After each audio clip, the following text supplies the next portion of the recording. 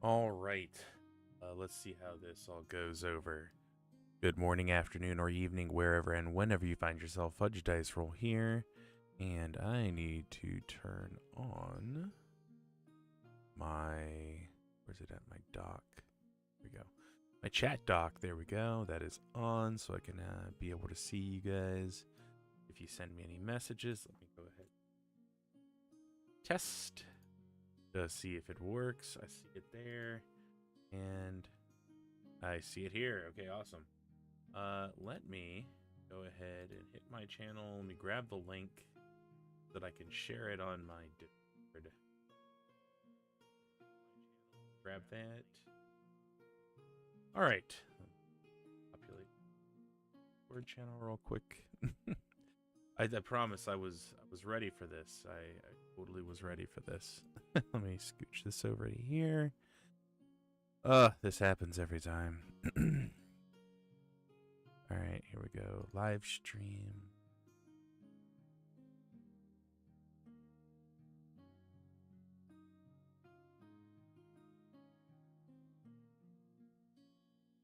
All right, I think this is working now.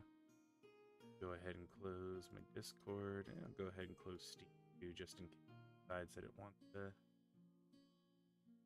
update anything. I don't want anything messing with my internet connection. Okay, so like I said, good morning, afternoon, or evening, wherever and whenever you are. Fudge Dice Roll here, and we are doing something a little bit different today, guys. We are playing. We're playing a tabletop roleplay game. We're playing the One Ring Second Edition, and this is a tabletop game published by Free League, and it's based on the works of Tolkien. So it's based on Lord of the Rings. And this game takes place about 20 years after the Battle of the Five Armies, Bilbo's adventure with Thorin, Oakenshield, and company.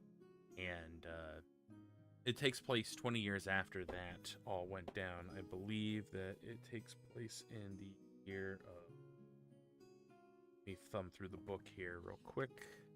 I can the year 2965 is the starting year. 2965 of the Third Era. So, yeah, there's a lot of stuff that goes on in this, and eventually, what I think I'm gonna do is on my Ko-fi, my coffee. I think that I'm going to update my goal to get a copy of Foundry TTV. Or is it just Foundry TV? I'm not sure. But I think that is going to be the plan, is to upgrade and get a copy of Foundry so that I can have a better suite of things here on the screen if we garner that much interest in what I'm doing. Regardless, I will be playing this game because I am a fan of Lord of the Rings. And I am a fan of playing tabletop games, and this game is awesome. This game has a set of rules called Strider Mode, which is made by the one Sean Tompkin and assisted by Matt Click, both awesome people in the tabletop community, the indie scene. Sean Tompkin, of note from the creation of Ironsworn and Ironsworn Starforged, both games that I also enjoy. I actually haven't had a chance to play too much Ironsworn, but I have played a few characters of Ironsworn Starforged, and it is a very awesome game, very fun game. So, but here's the dilemma that I have with this current setup that I have here. Pardon me, I was a little parched.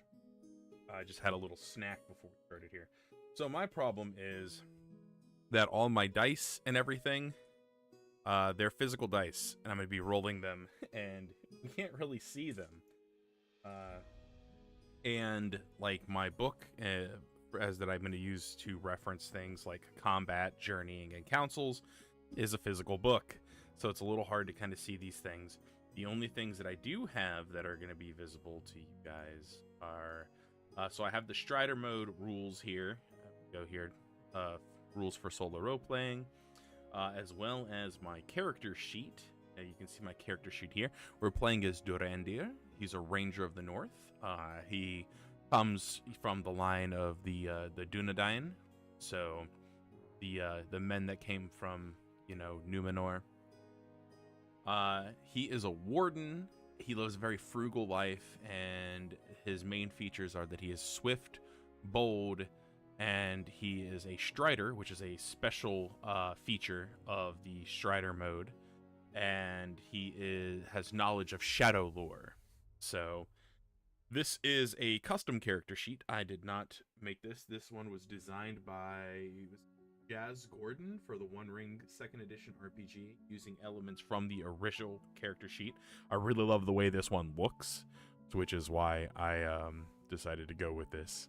So it just looks phenomenal. So anyway, what we're doing is I have already played I've already played a little bit of this. So what I wanted to do was I really wanted to kind of get into knowing my character. And so I started playing kind of like a prologue story, something to kind of cut my teeth and figure out who he is as a person.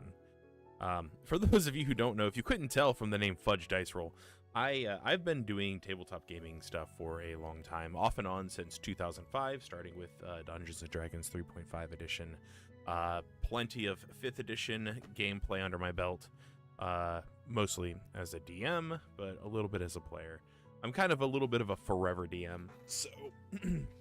But tabletop games, I have a ton of them. I've got probably about a dozen back there on the shelf. I have so many more digital copies.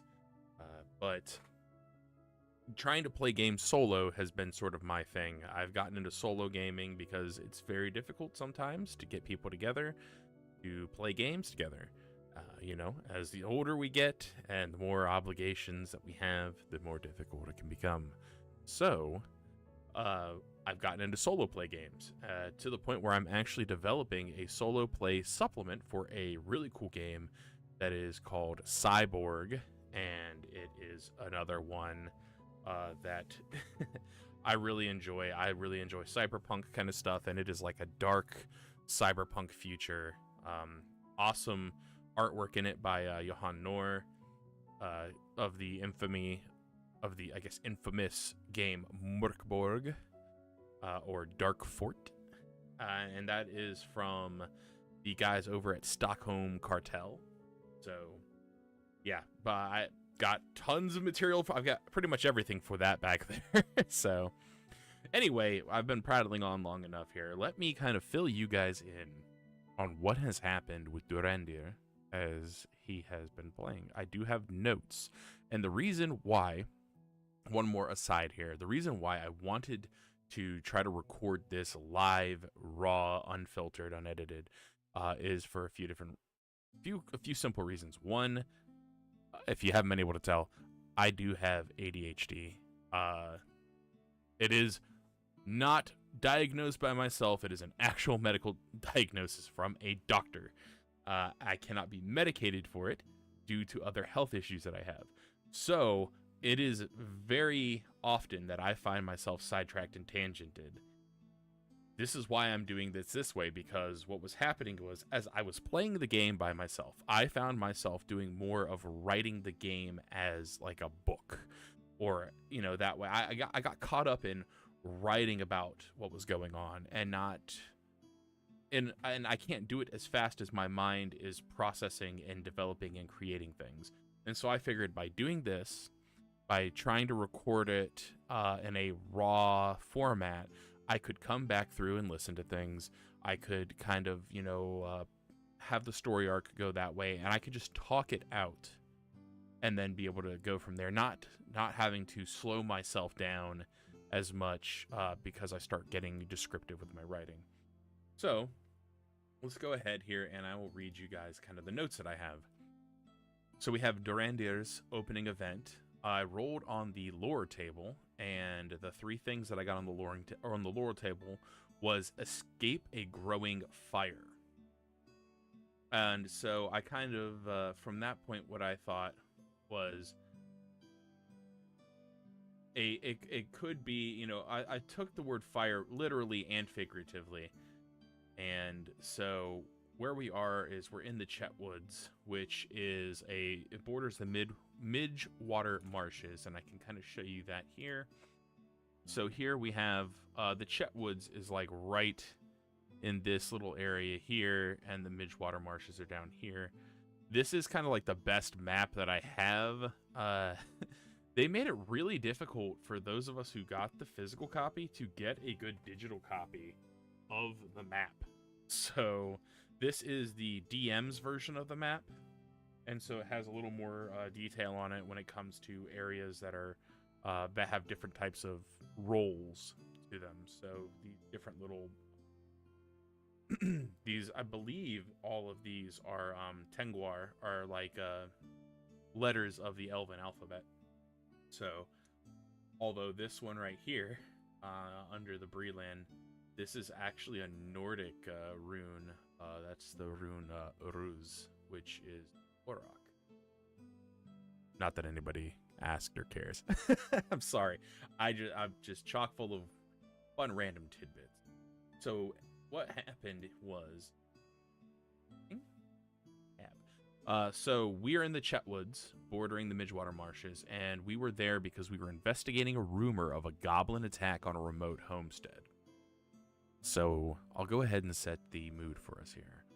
While purchasing supplies in Bree, Durandir overheard talk of a dense smoke on the horizon from the Chetwood, where a small remote homestead had set up in the area a few seasons back. Against the advice of a few residents, Durandir decided to investigate, as it was but a day's trip from Bree, to make sure that there wasn't something more sinister at work. So our character is a ranger, you know, just kind of like how Aragorn was a ranger. And the thing is that there's kind of, in the lore, the rangers, kind of unbeknownst to the people of Bree, do a lot to protect the area of Bree. So here we have Bree and the Brelands, and here you have the Lonelands, you have the Ettenmoors, the Trollshaws, and we have a lot of dark creatures that come through this way. The Trollshaws, obviously trolls. Goblin Town is here in the Misty Mountains. You have the orcs of the Misty Mountains, and various ne'er-do-wells of the lowlands that push their way in. And so the rangers kind of take in guard the areas of the Brelands and kind of here through Weathertop and the Weather Hills. And so us being a ranger, we're doing our due diligence. So I arrived at dusk to a hazy, smoldering farmstead, and there was evidence of violence. So all these areas here in red are actual rolls that I made. This was an awareness check, and so what I ended up rolling, so a TN, for those of you who might be more Dungeons & Dragons oriented, is like your DC or your difficulty. The TN is like your target number. So I need to meet or exceed a 12 to check. And so that's awareness. And you might be asking, how do you find that? Well, so awareness falls under the strength attribute. So for us, our strength target number that we have to reach is 12. So we must meet or exceed a 12. Awareness is a skill that we are favored in, and so we get to roll a feat die, which is a d12, and then we get to roll 2 d6s. These are success die, but because that's a skill that we are competent in, we roll 2 d12s. We take the higher number of the two, and so I managed to get out of that a 12, a 3, and a 2. A 12 on the d12 here is actually what's known as a Gandalf rune. I don't know how well you guys will be able to see this, but it's the rune that he actually inscribed on Bilbo's door at the very beginning of The Hobbit to let all of the dwarves know where to meet up. And so when we roll that, it is an automatic success. But it is still important to keep a track of the success dice, the d6, because if we roll a 6, you might not be able to see it very good, but in the top corner, there is a Tengwar, an elven rune, and that adds critical success to things. And with that, we actually have some momentum additions that we can add to rolls. It could be having an extra die on a following roll. It could be, the success was greater than anticipated, and so we manage our task with an additional bonus. And so it's kind of important to keep track of those things. I do at some points here not really keep up with doing that, just because I wanted to expedite things for myself. So we rolled for an awareness check for an ambush, which we succeeded. So there was telltale signs of the goblins and an ambush. And so I spotted around, and I ended up finding a couple of goblins that were set to ambush me. So then I asked the Oracle here why they were here. Are there survivors hiding in the home? Of which it was a middling difficulty. So what that means is if we rolled a 6 on our D12 or greater, then yes, there would have been survivors hiding in the home. But we got a 2, which is less than 6, so it was a no. So from there, we guessed that there was the 2. Judging by them, maybe they were there hoping to capture any stragglers, any looters, people coming by to help or to take advantage of what just happened. I couldn't let the goblins cause any more harm. As a ranger, we kind of, they're foul abominations that I'm sworn duty, honor sworn to protect the people from. But I really didn't have much of a chance, much of a reason not to engage them. So I decided that would be a hunting skill check and not a battle skill check, because I was going to be slowly stalking and ambushing them through the wood, which I rolled a critical success. So I had rolled past my target number and rolled additional, 6s on my success die. So I made it to a good spot and was able to get a surprise round on one of the goblins. So that gives me my volley phase, which was a critical success. So now we're getting into attack. So I hit him. It was a critical success, and because it was a critical success, I was able to get a piercing shot on the goblin. And a piercing shot for us with a bow. So a normal shot will deal 3 damage, but if it is a piercing shot, then they have to beat a roll of 14 or take a wound. Goblin archers only have 1 wound point. So I got a piercing shot on him. He failed his roll, and he died. He had enough time to look at Dorandir before an arrow flew his way, piercing him through the heart. He dropped to his knees with a small spew of blood from his mouth, and he breathed his last. With the imminent threat cleared, Dorandir moved closer to the homestead. He could see the short exchange happen near the home. We got a critical success on both of them. So the first one here, I don't know why I skipped over this.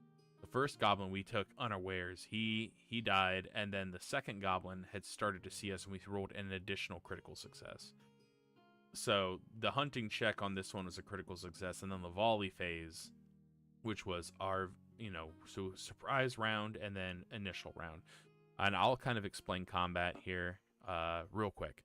So combat takes place in 2 phases. You have your volley phase, which everybody that can make a ranged attack makes a ranged attack, both players and enemies. And then you close into your close combat phase. And so from close combat, you have a few different options of combat stances you can take. You could take an offensive open stance. You could take a defensive stance. And Strider mode adds an additional stance that one can take. That is called skirmish, and this allows us to continue to do ranged combat at a slight disadvantage, so that we can actually fight. Because if we were to go into a fight where we were fighting against, let's say, 2 or 3 enemies, we're gonna get ganged up on, and they're gonna get all sorts of bonuses. It's a lose situation for us. So we have this additional stance that we can take. So it's nice. Anyway, so oh, that's not what I meant to press. So, with the imminent threat cleared, Durandar moved closer to the homestead. He could see a short exchange happen near the home, with the burned remains of a table barricade pressed against a window from inside, with crude arrowheads stuck in the fragile charred remains. There was blood, human and goblin, in various places on the ground, and a scythe head snapped off from the shaft, thoroughly covered. So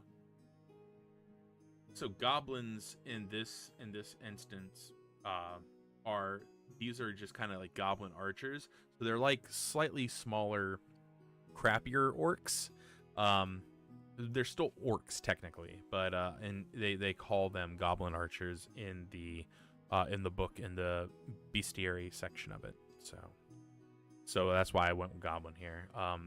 There had been talk amongst the patrons at the Prancing Pony of more sightings of goblin, orc, and other fell creatures moving through the marshes and the Chetwood, now substantiated from these findings. This is something that Durandar would know as a ranger, that this isn't his first time doing combat with these creatures. It certainly won't be his last unless he dies, but he, spoiler alert, isn't dead yet.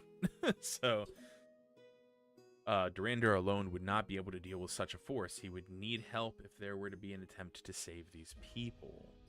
And the closest place he would be able to get help is at the village of Arnett. Now, Arnett is a village that is hidden within the Chetwood, and it's very interesting. There's lore about it that one can find both in the book as well as in the complete Tolkien companion guide. So it does talk a little bit about these places.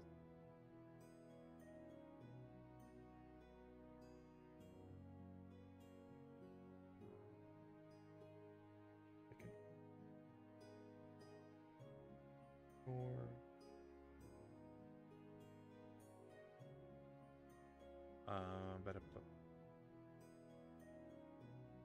Oh, actually, I don't have anything.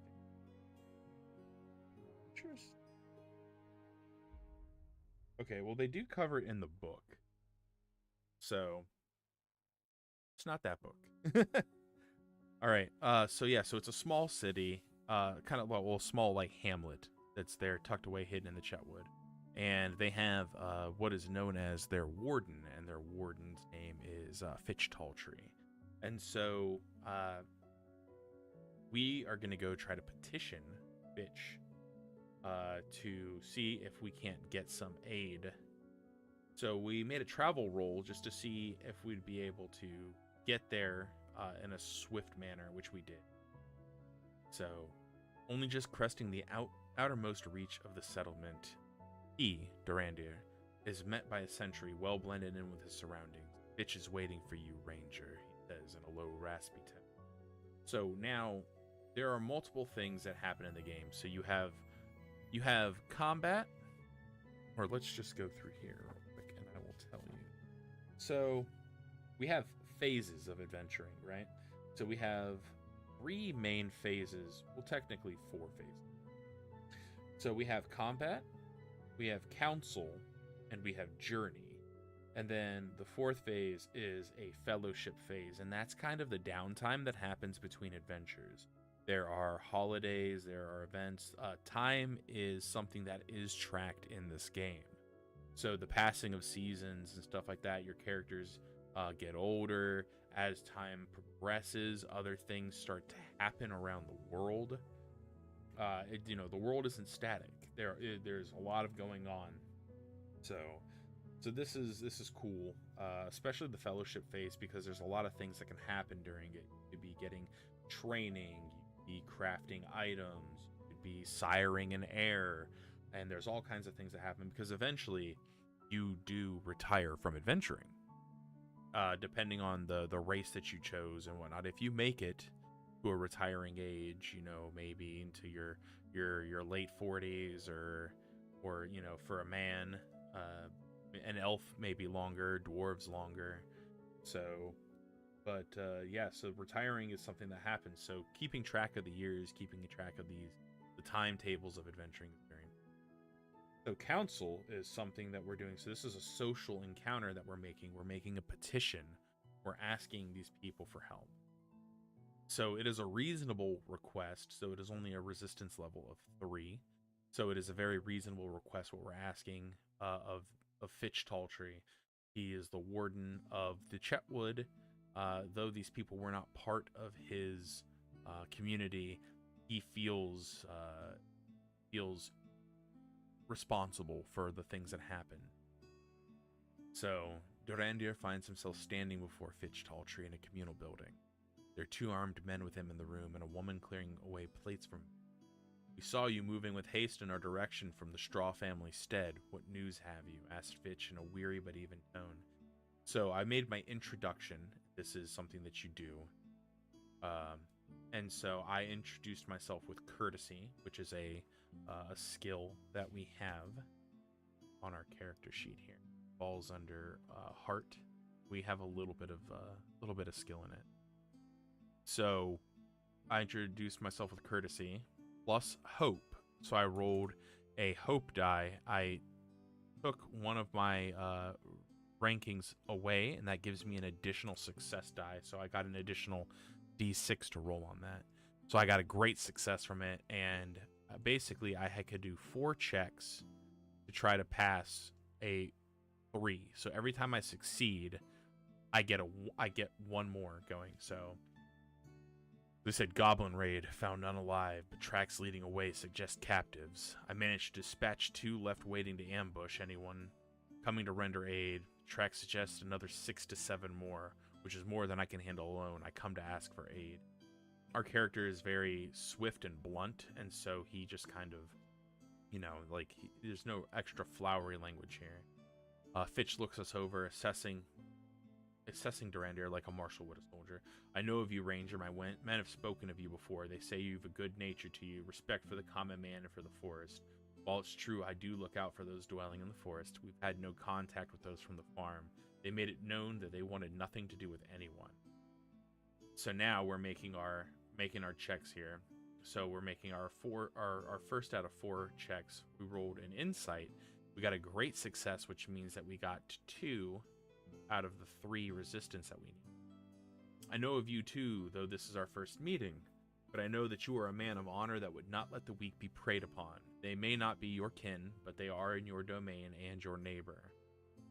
For a fleeting moment, there was a spark to be seen in Fitch's eyes, the look of a man that was understood, as if Dorandir had passed some unspoken test. And this is just kind of some back and forth that I was coming up with. I wanted to think about the interaction that these characters are having. I don't want the game... when you're playing a solo game, it is really easy for it to just become dice rolls. And there's nothing fun about that, in my opinion. If all I'm doing is just rolling dice and, oh, I succeeded, oh, I failed. But I want to have dialogue. I want to, make it something enjoyable and memorable. So, what would you ask of me, Ranger? What plan have you to save these people, or would I be risking the lives of my men on folly? And so we rolled another insight check with another great success. So we're very, 2 out of 4, we were able to basically meet what we needed. So Dorandir is no stranger to the hunt and would not lead any into harm's way. You need 2, maybe 3 men well versed in the bow. They won't be expecting us, and if at all possible, I'll do what I can to rescue them without incident. So we passed the resistance, and Fitch agrees to help us. He said, I will get a few men, wait for us outside the Green Fletcher Inn. And this is an inn in the town where it's one of the kind of few places where the very few people who know about the town, mostly rangers, can come and recuperate, maybe do a little bit of bartering. So Fitch, he shows up outside of the Green Fletcher Inn just a little bit later, and he's got 2 men with him. And Dorandir was not surprised to see that Fitch was going to offer himself up as one of the people to go. This is just this is a man who feels honor bound His father was the previous warden. Now he's the warden, and so of course he wasn't just going to send just 3 of his men and let this happen. So the men kept pace as they moved back to the farm, keeping as much daylight as they could, track the goblin trail. Once they got closer, they changed pace. It was like a hunt now, and all of them going into a stalked crouch, bows in a low ready. Fitch made his way to Dorandir, surveying the scene before them. Worse than I thought, he spit, looking at the blood and burned buildings, scorched fields. Let's keep moving while we have the light. Looking towards the sun that was well waning into the early night's sky, it would be dark soon and much harder to track. So we're tracking, and so I decided that I was going to have that as a hunting check. It could have been a couple different things. We could use scan, we could have used explore, but this is a hunt. We're hunting these creatures, these goblins. So we got a success on that. The goblins were sloppy with their tracks, obviously not planning on being followed or really dealing with anyone other than the farmers who were so remote. Dorandir had little issue with following the tracks, and neither did any of the other men, now fanned out with distance between them, making them harder to spot. So I asked the oracle, will the goblins have a camp in the woods? It was a likely difficulty, and the answer was yes. I made an additional check to maintain the trail, and this time I did do an explore, and I failed. So the sun was fading fast, and the thick canopy of the forest was making it difficult to keep up with the tracks. Now more obscured with the debris and clutter of the forest floor, Dorandir furrowed his brow, looking for now lost tracks. This way, Ranger. I think I've picked it back up, came the hushed voice of Fitch a few yards from him. Done well so far, impressive for one not as versed in our woods. The acknowledgement was welcome, even if his pride felt a slight blow. I mean, we're still a man. We're still capable of folly and hurt pride. We're not above any. Let me get a drink of water here. Well, sparkling water.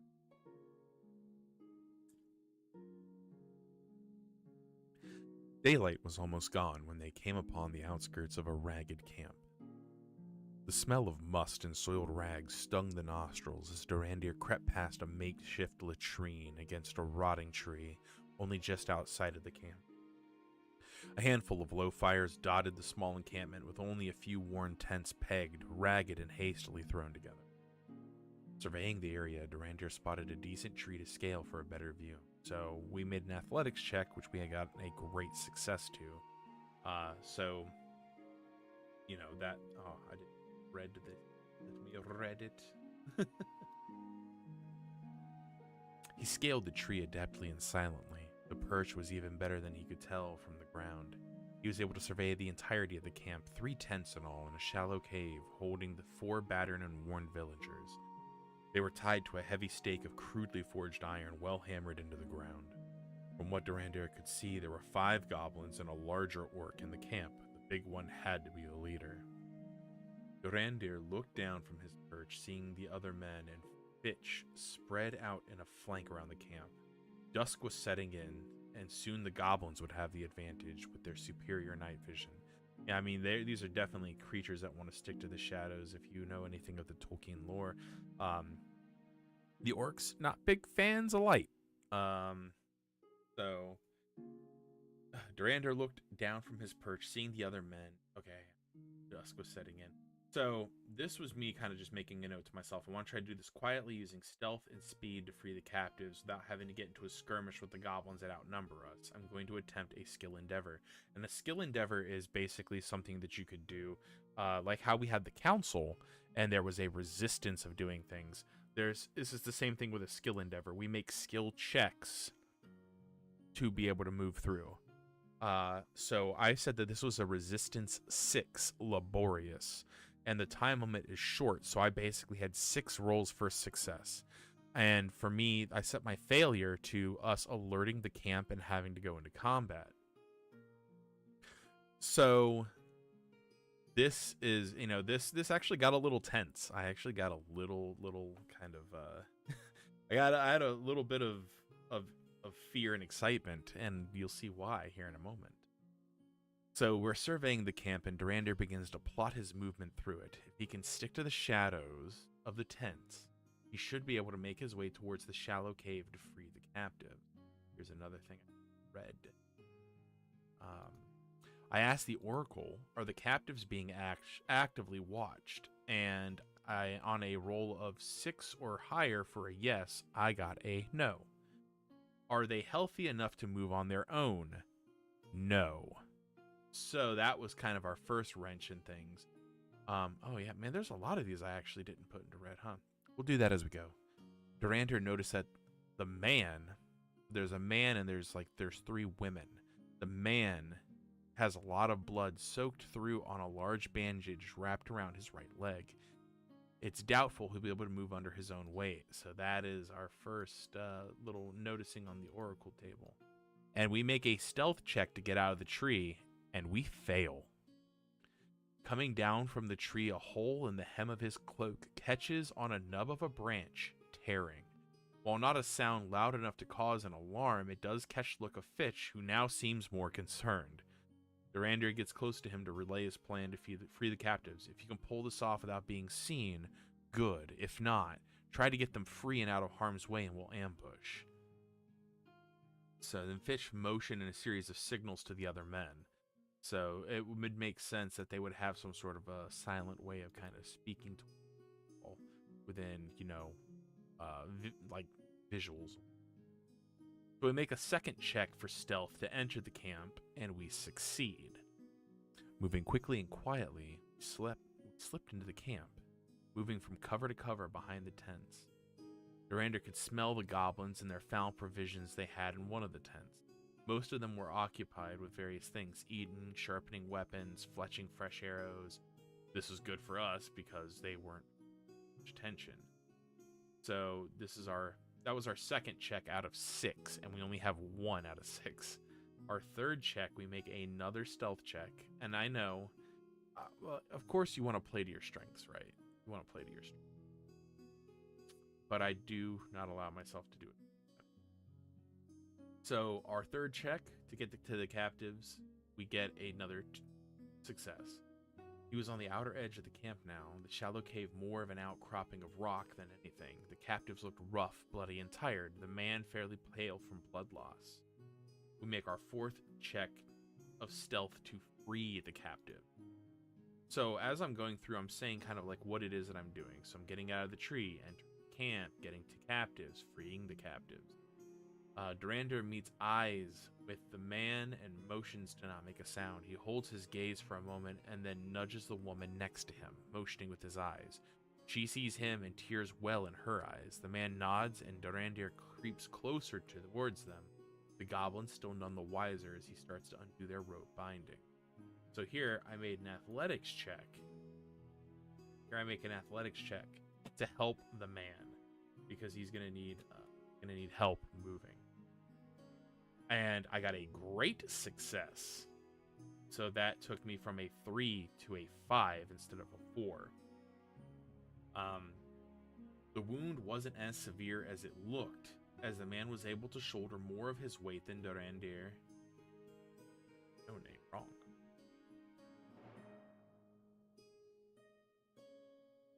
This is so now you can see. Here's what my problem is that I'm trying to type faster. I'm trying to type faster than I can think, but I'm thinking way faster than I can. Which is why we're doing this. So they crept back along the route that he had come from behind the tent, and then we make our final check, which was a skill check, which was a critical success. And this was terrifying to me. So I actually used a hope die to make sure that I got this because like I was not ready to have to try to do combat with 5 archers and then like an orc bodyguard. I just did not want it. Well, actually, I think I was using the stat blocks for an orc soldier. So still not something you want to fight really up close and personal while you could be potentially flanked by 5 other creatures. So silent as the night, they crept out of the camp and regrouped with Fitch and his... I've never seen anything like that in my life, one of the men said in a breathy whisper. You move like the shadow of yourself, and that's just because I got this critical skill. That's why. So Fitch's eyes gleamed with silent approval as he helped to prop the man up under his own shoulder so they could move faster away from the camp. It would only be a matter of time before the missing captives were noticed. Dusk was upon them. Well, I mean, at this point, dusk has been upon us most of this time. I'm going to say that we probably have... So now we're kind of caught up to what happened. I'm going to say that we probably have about... I don't know. We could oracle this. I think we're going to oracle it. And I'm going to ask the oracle... Are we going to run out of light before returning to Arnett? I think that I think that this is pretty likely, and so as a likely roll,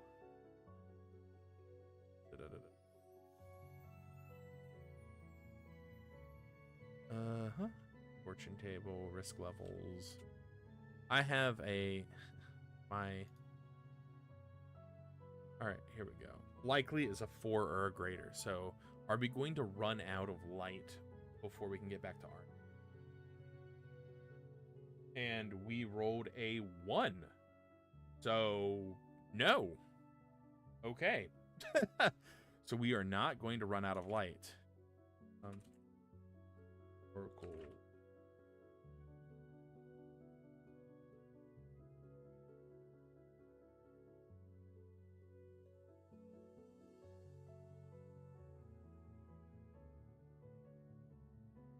Okay. So we rolled a 1. We're not going to run out of light.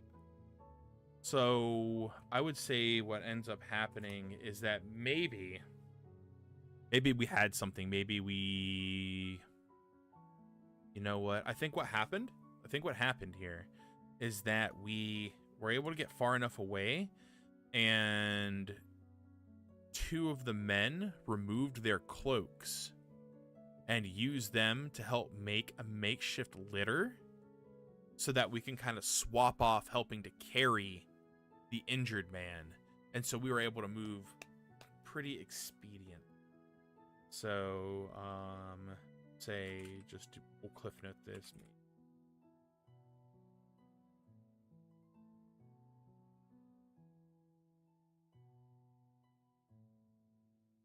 Okay. All right, let's see.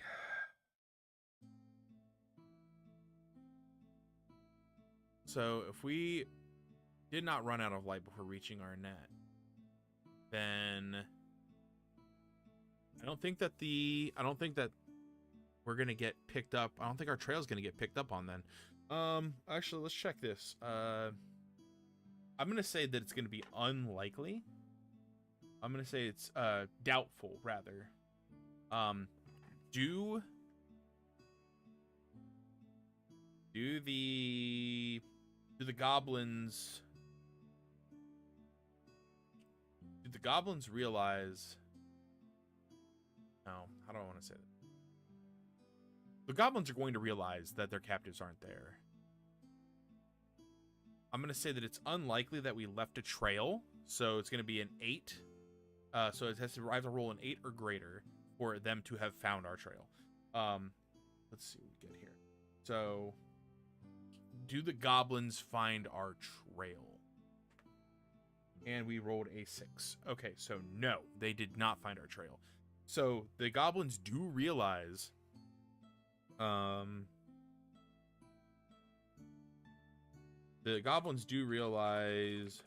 that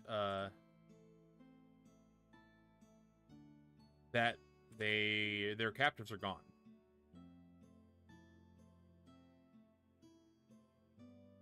So,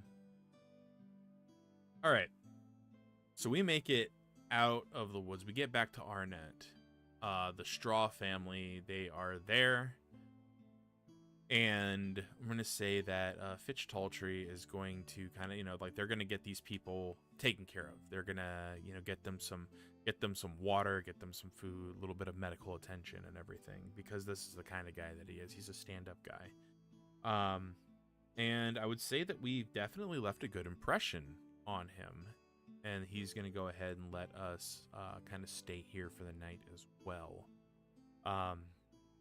And then I guess between us, you know, they'll have like a little bit of a dialogue. Maybe we eat a meal together, and he's, you know, he's telling us, he's like, you know, you didn't have to do that, but I know that, you know, this is what your people swear themselves to protect others.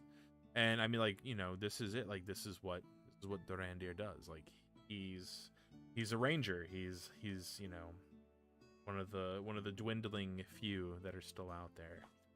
And so what I'm gonna do, back into the, and we're going to look in the book at so we're back in Archet, and I don't know why I kept saying Arnett instead of Archet, but oh, maybe that's why I couldn't find it, this other book, because I was looking for Arnett and not Archet. Hold on. Oh, genius, boy.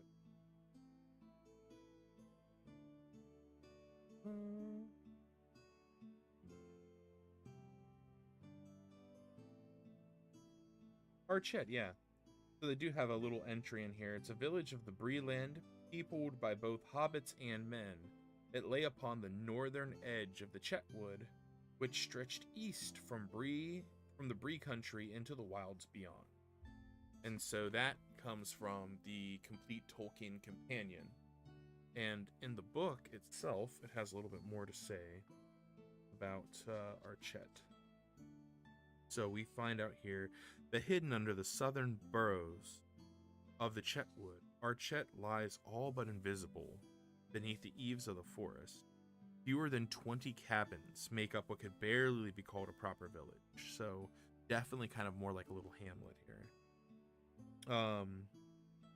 So occasional visitors do come to Archet.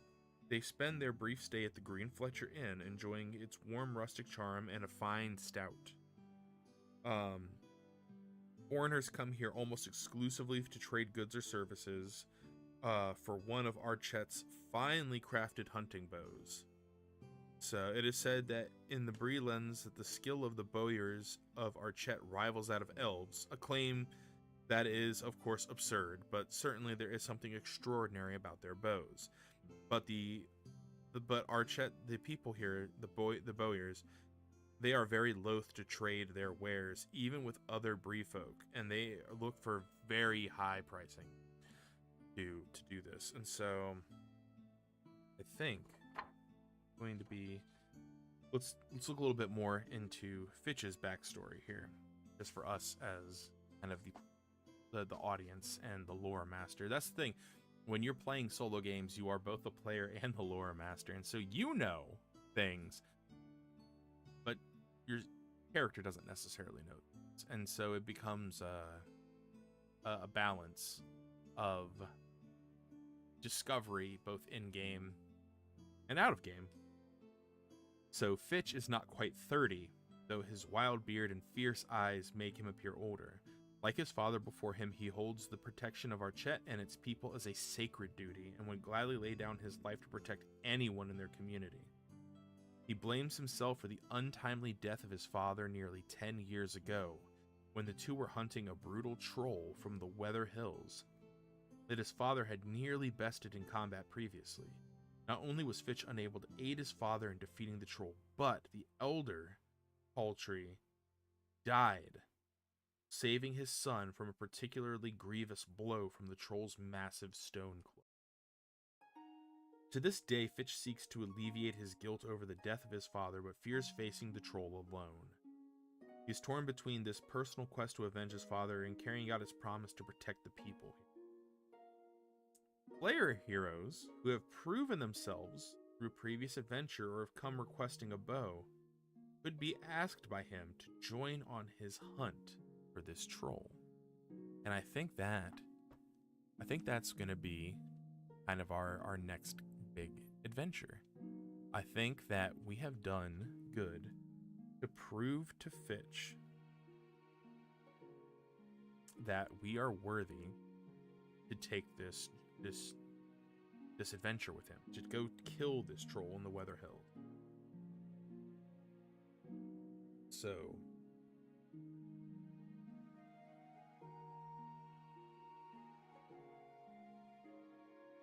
All right.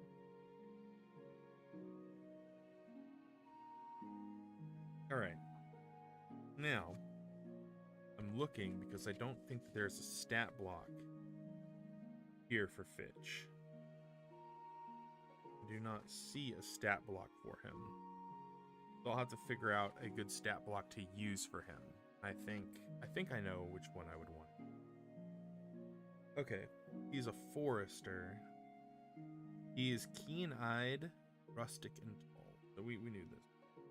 And so Archet is known for their hunting bows, and so let's kind of learn a little bit more about that. Purchasing a famed Archet bow is not a matter of paying the right price. Player heroes wishing to acquire them will need to prove themselves worthy by performing a great deed or a service to the people. Once they have proven themselves worthy, they must then demonstrate that they are a skilled archer by spending 3 days on a hunt in the Chetwood, returning with a buck of no less than 10 point. It is a skill endeavor of hunting with a resistance of 6. So what makes this bow? So, you know, what makes this bow worth going through all this trouble? The hero gains a coveted bow. If they spend a fellowship phase in Archet and gain a new level of valor instead of a normal reward, they can be rewarded with this hunting bow. When making a ranged attack or a hunting roll using this bow, the wielder adds a +3 bonus to their roll, or they add their valor rating, whichever is higher. So that is huge. That's big. So for us, we have 3 dice. We have 3 success dice that we can roll. So, and then our 1 feat die. So let's take a look here. In order to pass, we need to be able to roll a 12. And so this would basically mean that we would almost never miss. Yes, I have a 6, a 4, a 1, and another 6 on the success die with a Tengwar. So that is a great success. We passed that. Plus, we'd get an additional 3. So that is 20 out of a 12 that we would need. So this would be a really powerful thing for us to have as a ranger.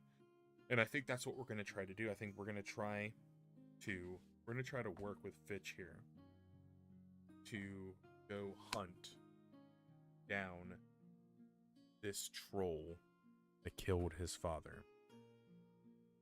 So I feel like we've proven ourselves. And so here's Fitch and Durandir, and they're having a meal together. They're sharing a meal. And I'm going to say also that since we're sharing a meal here, and we're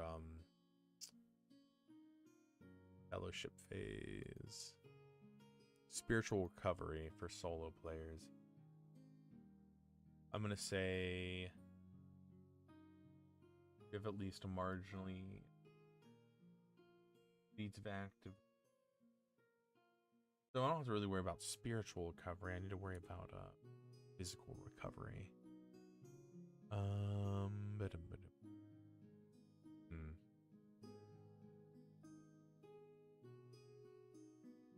Actual recovery. Dang it.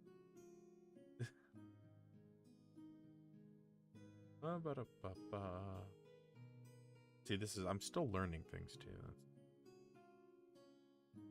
I wonder if it would still just be my norm.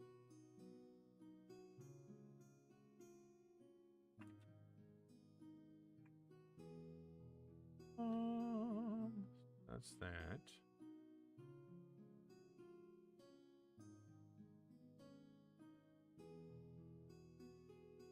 All right. I don't see that here, but I think what we can do, let me check the main rule here, because I need to recover.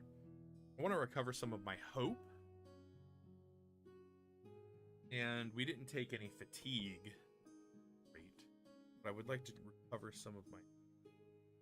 Let's see here. When's it? Oh, 71. Check out page 70.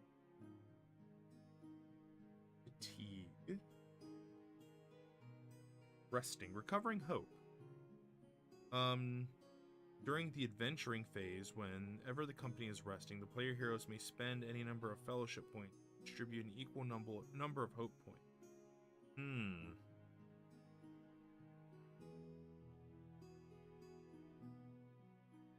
Okay, so we'll hold off on that then, because I don't want to spend any of my fellowship points to do that.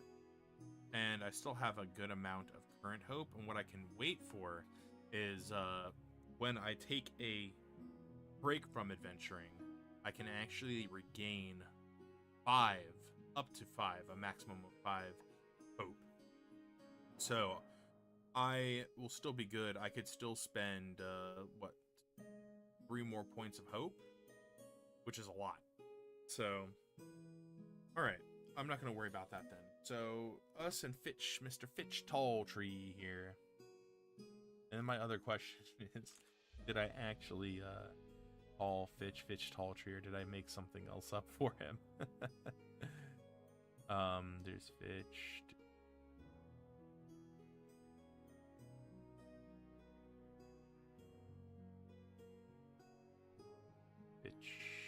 Talltree. I did. Look at me. I did it right. Okay, so let's get down here.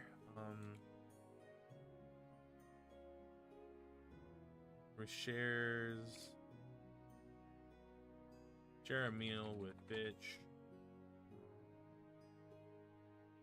And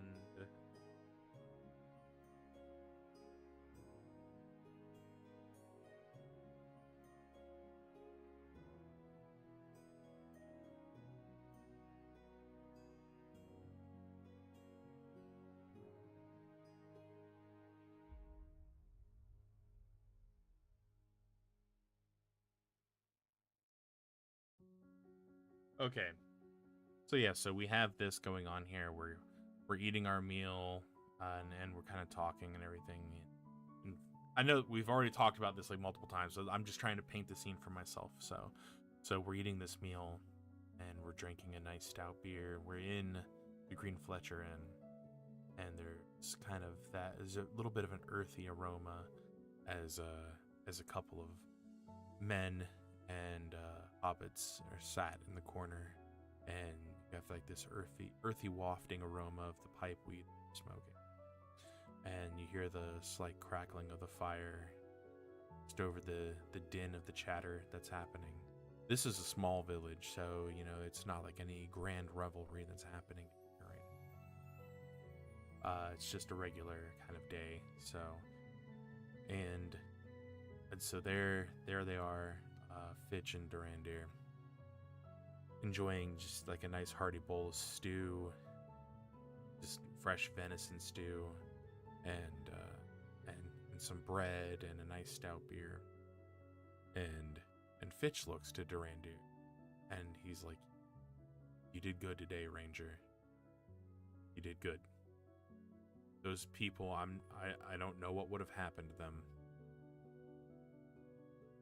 And maybe there's kind of a feeling that Durandir is getting that Fitch maybe wishes he would have been a little more proactive. Maybe he knew, maybe, I feel like it's pretty obvious that he would have known that there was smoke, there was something happening. And so, just Durandir just kind of nods, continues to everything. And Fitch looks at him. He's like, we try not to rely on outsiders, and I know the way that some people treat your kind, you Rangers, with an air of unease, caution at times. You've proven yourself to me today. I've heard of who you were, but now I have seen who you were. And as you had come to me to ask for aid, I come to you to ask for aid. And this is the part, where maybe a little bit of the din kind of narrows out. The two men are looking at each other, and And Fitch says,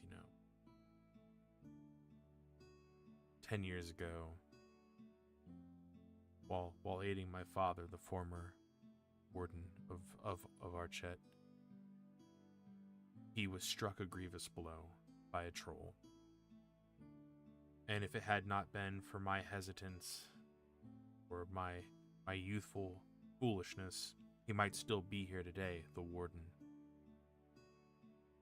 I ask of you this. Aid me in slaying this beast. Help me to put my mind at ease. Help me to make sure that troll causes no more problems for those in the area. And I will make sure that you're amply rewarded for this deed. You will continue to have you'll always have hearth here in Archet. And you will have my gratitude.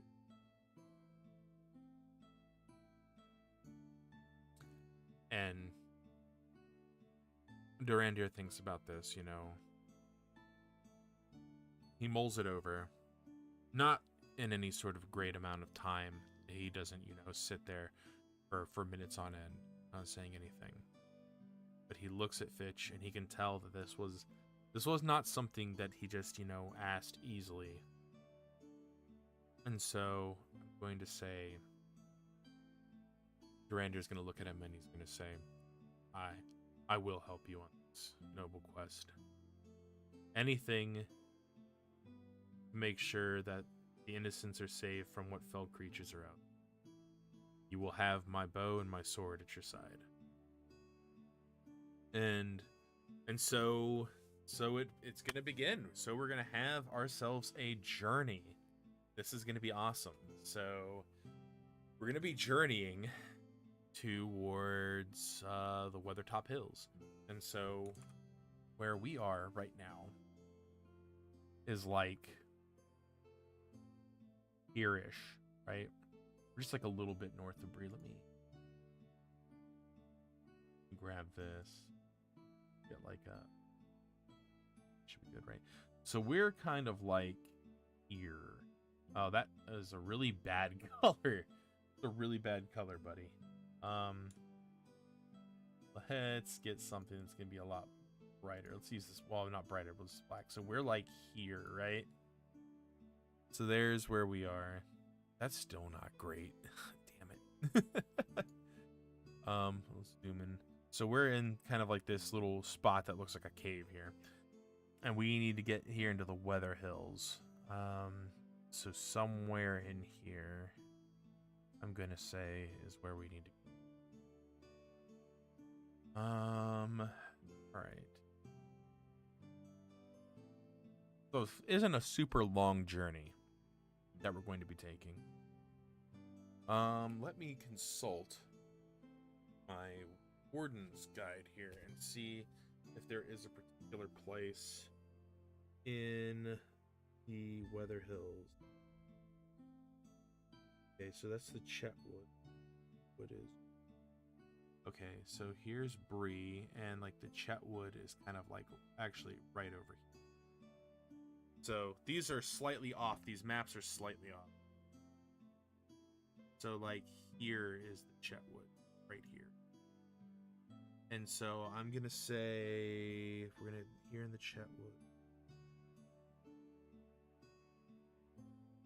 5. So go like. So I'm gonna say like somewhere around here is gonna be where we need. All right. So that's gonna be like roughly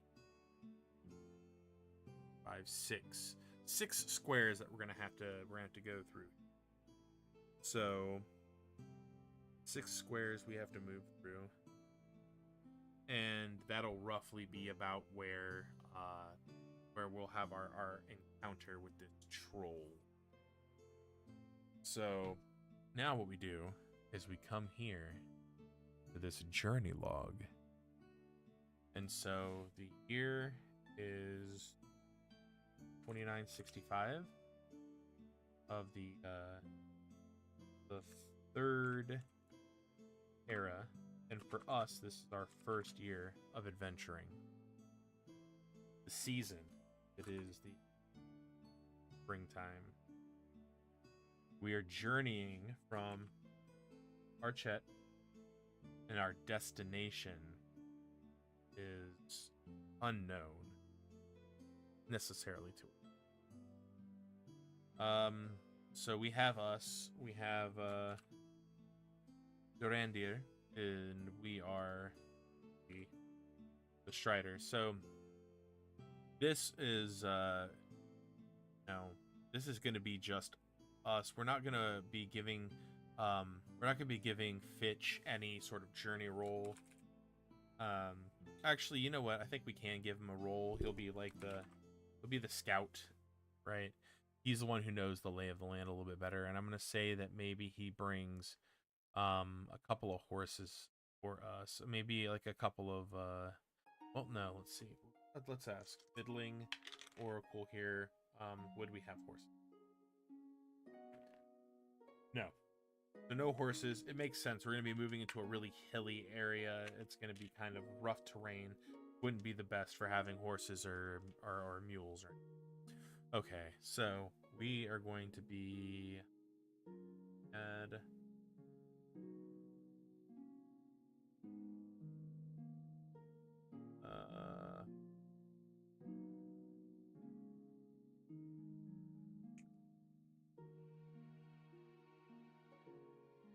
like to write something in here, but okay, so we'll go ahead and highlight it. We'll say that we will start off here. This orange is going to be Archet,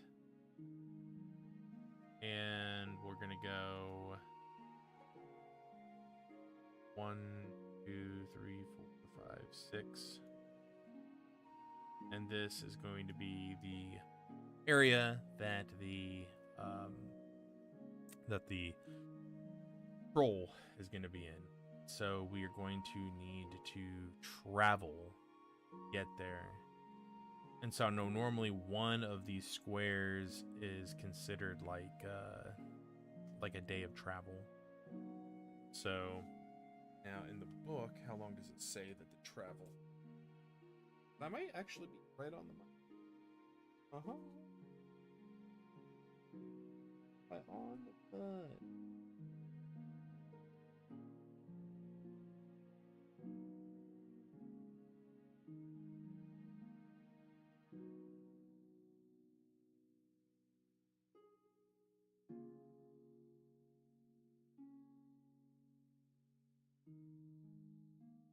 Okay.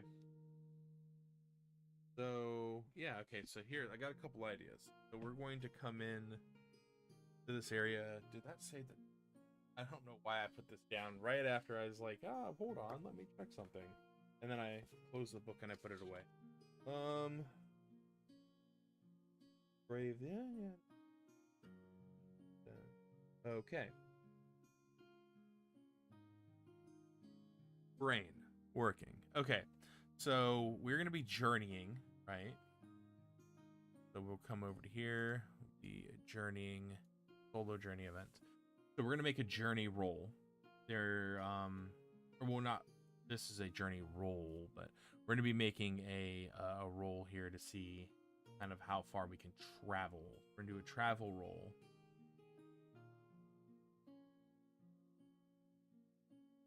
Okay, so we make a favored feat. So if we're within a borderland, a wildland. So land that we are in right now is considered Darklands. So this is not good.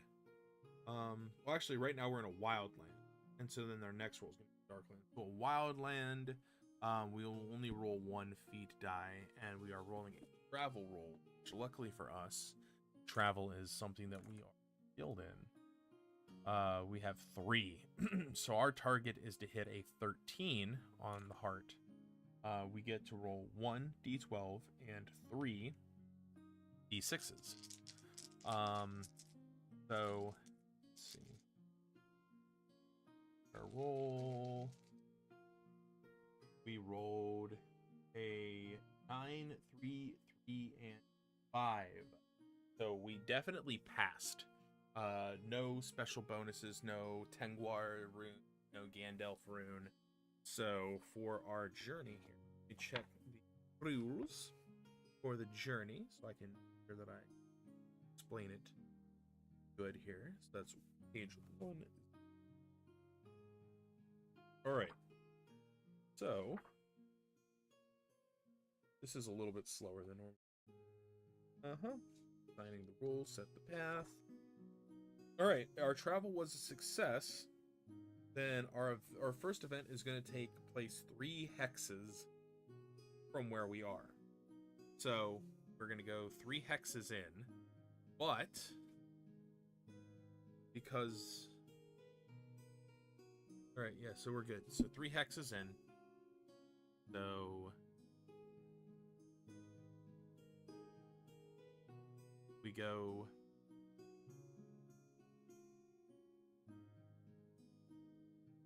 line, and we're gonna move 3 hexes in. So 1, 2, 3, and here we have an event happen. So we're gonna go ahead and mark the red. An event happens here. So let's check for the event. So solo journey events. All right, so let's take a roll. We will roll and see what we get. We get to roll just 1 feat die here. So let's see what we get. And 8.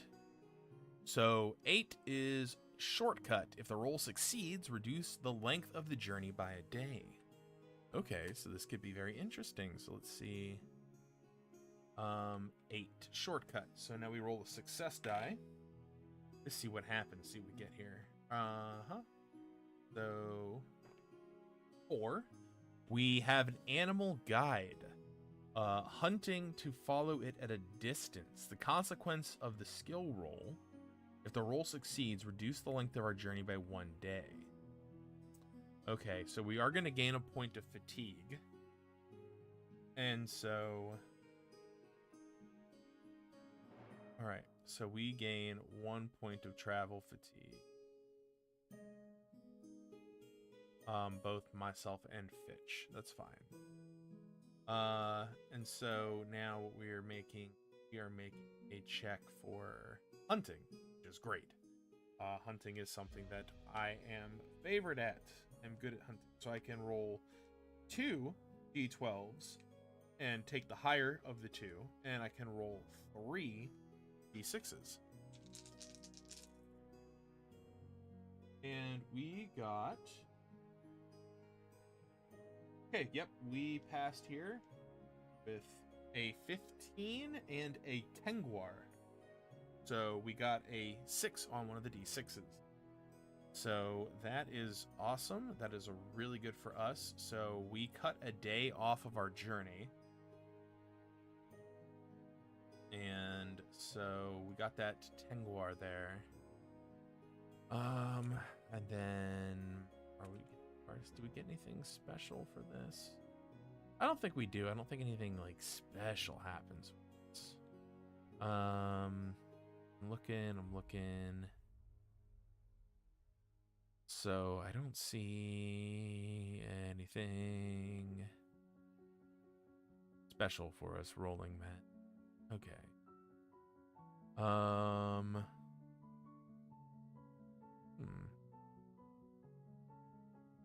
Special skills. I would say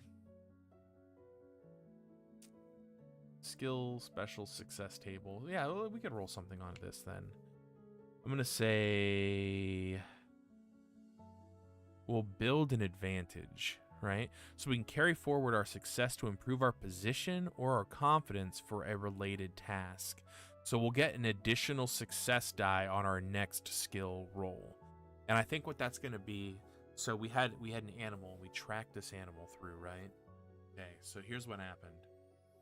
We have our journey log, so we'll say here that that is target 1, and the target here was that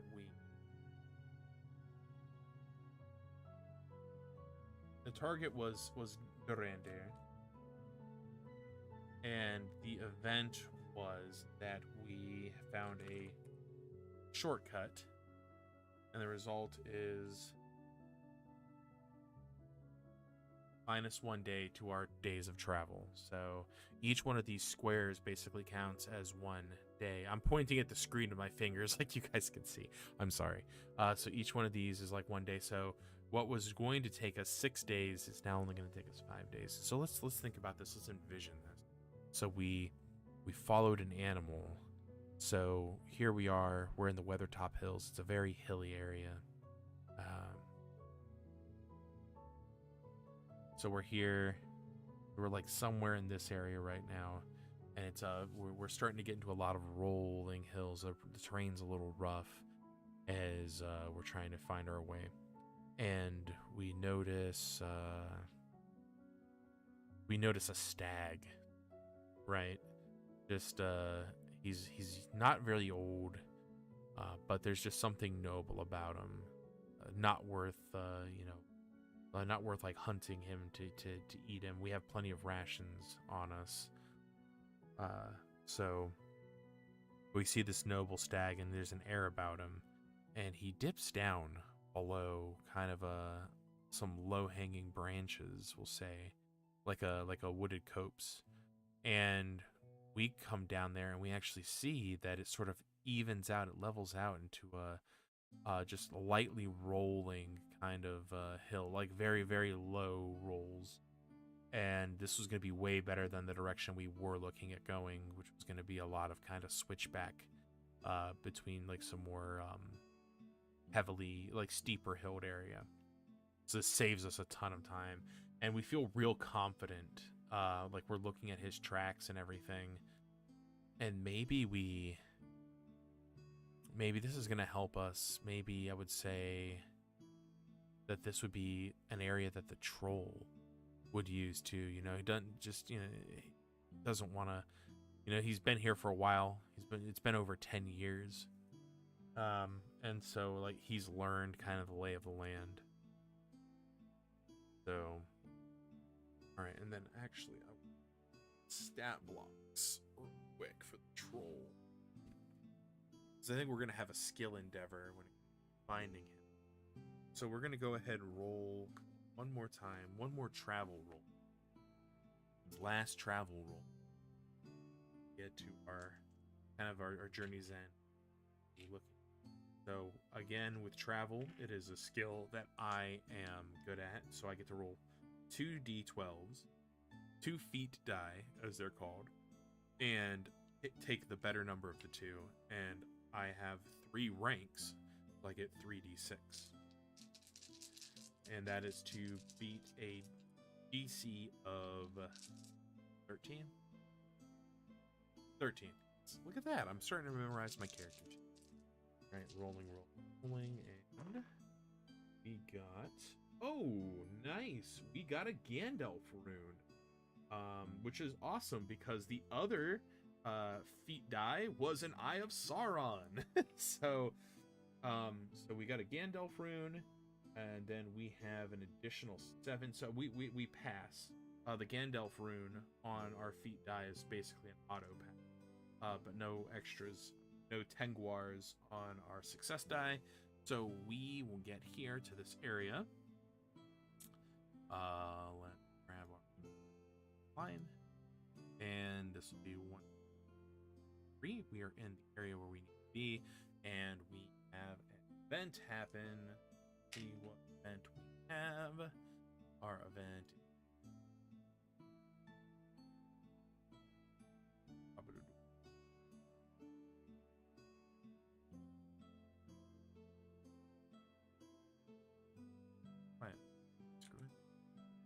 Yes. My mouse has got an issue with the scroll wheel. Sometimes it'll scroll 2 or 3 times and not once. So, drives me insane. Entity. Journey event. Alright, let's see what we have going on. We have rolled an Eye of Sauron. Oh boy, a terrible misfortune falls us. That is 3 fatigue points. Damn it, that is not good. So we both get 1. Oh boy, 3 fatigue points. Oh boy, a terrible misfortune. Oh no. Is this okay? You know what? I think that what this is going to be, this terrible misfortune, is that we have stumbled upon the troll. No, not even that. I'm gonna say that the troll was like lying in wait for us. Like it knew. Oh, this is not good. This is not good. Oh, terrible misfortune indeed. Must have, yeah, the troll knows that Fitch has been seeking vengeance and laid a trap and ambushes us as we wander into the region. The troll is going to ambush us. Oh, man. Okay. Troll's gonna ambush us. Let's look in the bestiary here, the bestiary, and let's find troll. And oh man, oh, this is not good. Trolls. Okay. I'm going to say, because it doesn't mention what type of troll he is. I'm gonna say that he's a stone troll. That's gonna make the most sense. And this is not going to be an easy fight. Oh, hold on. Actually, I think a cave troll would make sense. So, say a cave troll. Trolls are not fun to fight against here.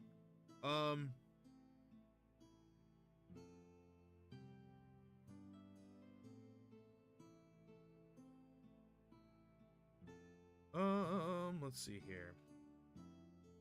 So, this will be kind of like my first combat encounter using the solo rules.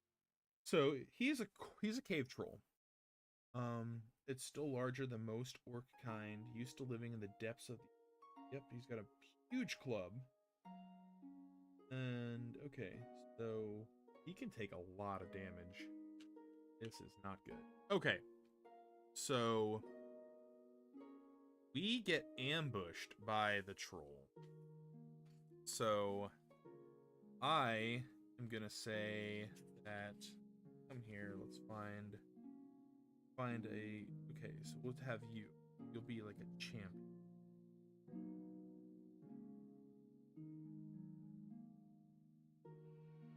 So, oof, this is gonna be rough. All right, so we're gonna have to do combat with this troll. This troll has like a lot of hit points. He has a lot of hit points. Oh, this might not go good for us. This might. Okay, so let me put that there.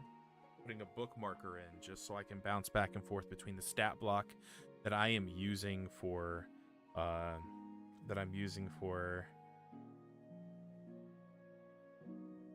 Fitch, and then I need to also take a look here. So we have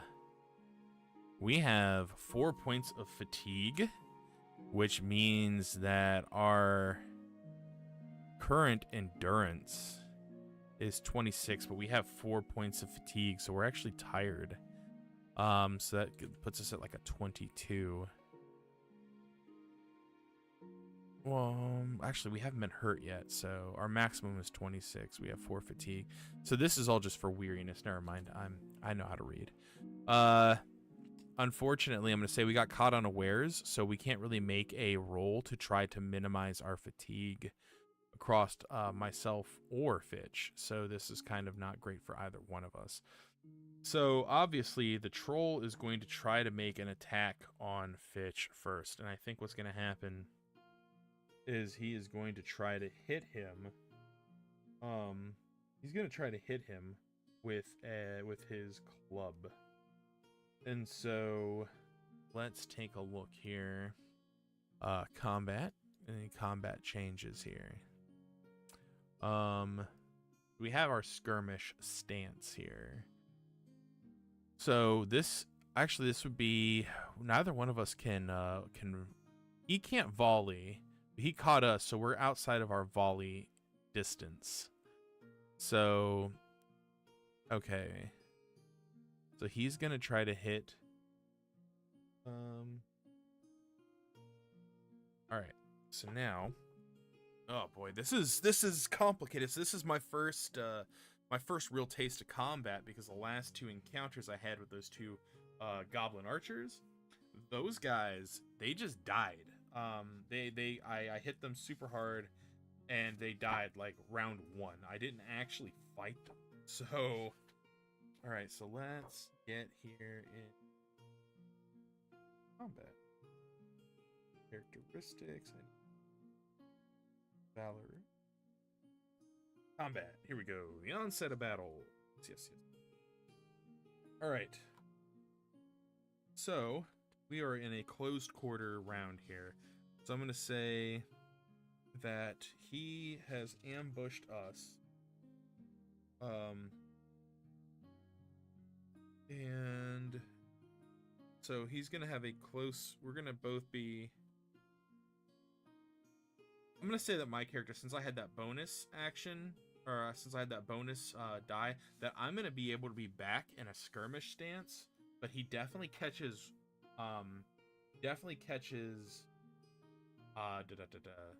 Fitch in an open stance of combat. Okay, so they're gonna close in with one another. They are engaged with one another. So there's no advantages or disadvantages in this open stance for him. And see how this goes down. Attack roll, special close, wounds, dying hero, combat tab. What is stuff? I think it's here at the beginning. All this adversaries. All right.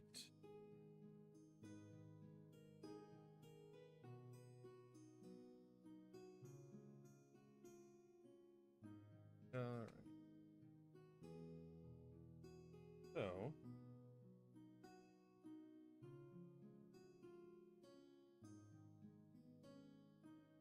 alright. So this stone, or this cave troll, gets a 6 on his attribute.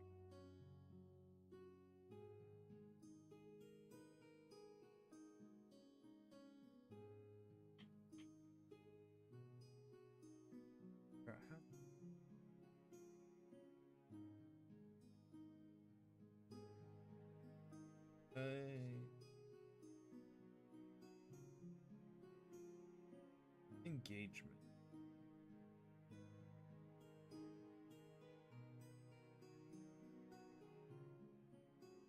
Oh. Fight each other. He doesn't really have... Like, for us, we have a score. I guess his is just a...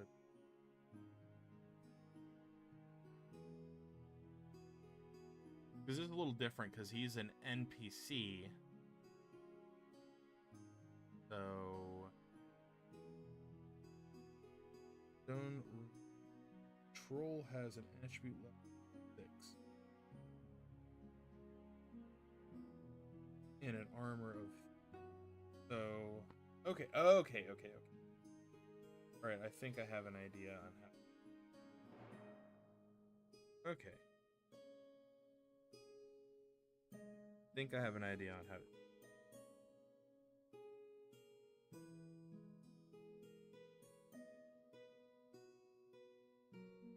All right. So he's gonna get a +5. He gets +5. This is like the hard part here. Strim Haymanis. Yeah, we're trying to figure out combat between two NPCs. Because we are helping an NPC right now, and he has just been ambushed by a troll. So we're gonna get 6. I guess we could base it off of my characters. I think we could base this off of my characters. Yeah, fight. This is a fight. We are being ambushed by a cave troll that we are hunting. We're helping Fitch Talltree, the warden of Archet, with hunting a cave troll that 10 years ago killed his father. And we had a major fail roll, and basically we got caught unawares by this cave troll. So I'm trying to figure out how combat is going to work through two NPCs, because the way that combat works with us, with a player character, is I have a 20 to my parry, and so an enemy's roll would have to exceed that 20 in order to hit me. I could have been ambushed by a chat troll like Menisk. I know. I don't know. You don't seem like a really scary opponent, though. All right. So I guess what we're gonna do is just make an opposed roll. So we will have a +5 for our one character, and I'll use a different colored die here. So we have a +5 for the one, and a +6 for the cave troll. I'm gonna make the cave troll be the Lord of the Rings die here, the one ring die, and so we'll see what happens. So the cave troll rolls a 14, but Fitch rolls a 15.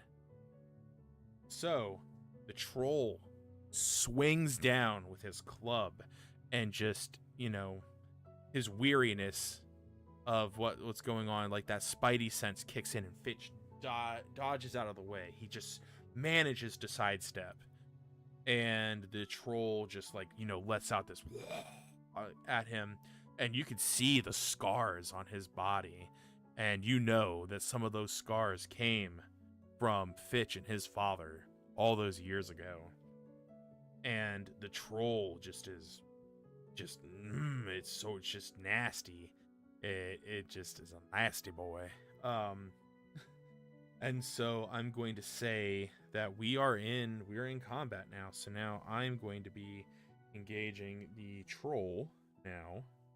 I'm going to be the one engaging the troll. And I will be doing it using Rider mode. Skirmishing stance here. So I'm going to be fighting on the move, navigating terrain, and exchanging volleys with the pursuing or fleeing foes. Actually, I don't think I have to do that. I think that I could be at the rear. I could be in a rear stance, rearward stance for ranged combat, using only ranged weapons, and I can only be targeted by attackers using similar weapons. I think that this is going to be mainly a one-on-one fight at close quarters between Fitch and the troll. So I think I can go ahead and stay in a rearward stance to have ranged combat again. Okay, so in rearward there must be 2 adventurers. Well, there's not. Yeah, I think that's fine. We'll still be. We'll still be able to do this rearward arranged a combat. All right. So I'm going to go ahead and take a shot with my bow at the cave troll. And so let's cut back to here. So I get to roll under strength is bows. So I get 3d6 and 1d12 to try to beat a rating of 12. So I've got my bow. I'm going to fire at the troll. And I hit the troll. So that is 12 exactly. Wow, okay, I got really lucky. So we hit the troll. The troll takes 3 points of damage. Now, let me check him real quick here. Oh, no, I missed because the troll has armor. I had to beat a 15 and I only got a 12. So Dorandir looses an arrow at the troll, and the troll, like flings up its club, and the arrowhead gets stuck in the club. Oh, damn, this is not good. So yeah, because he's got a lot of health. This might not be the best. Might not be a good outcome of things. All right. Shit. Okay, so now they're in close combat with one another. The cave troll and Fitch. I say Fitch is gonna get to make his attack now. So he gets a 5. And the troll gets a 9. Oh no. Oh, this is not good. But Fitch has, we'll say he'll get to use this ability of Fierce. So he gets 1d6 on the attack. Okay. Yeah, that sounds good. That sounds good. I wonder. Let me see.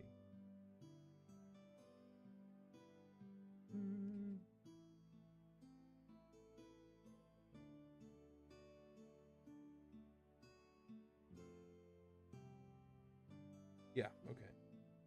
So yeah, he's gonna get to add a d6 to it. So he needs to roll. And he's a roller. I even do it. That's the real question. That's 12. I've got to be able to beat that even possibility. Oh wait, no, I'm an idiot. I'm reading this way wrong. He only gets to add 3 armor. Okay, so that's 3. That's 3 versus a 5. Okay. I'm glad I know how to read. 3 versus a 5. Okay. So let's make our rolls. I'm like looking at things. Like I said, this is my first combat encounter. So alright, so he got that. Oh, okay, we got a Gandalf rune and a 4. So he definitely hits. He definitely hits the troll. Troll, yeah, okay, cool. So it was a success. So Fitch swings his sword. And he actually, I'm gonna say that he's got a spear. So he stabs his spear into the troll, doing 3 damage to it. So let me just go ahead and mark that there on the journal. 3 damage to the troll. And then it is now going to be the troll's turn. So the troll is going to swing his he's going to swing his club again. But I think how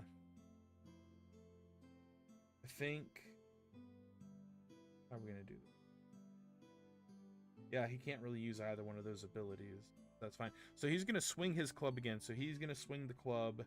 He gets that and a 6 versus 5. Okay. So we'll roll.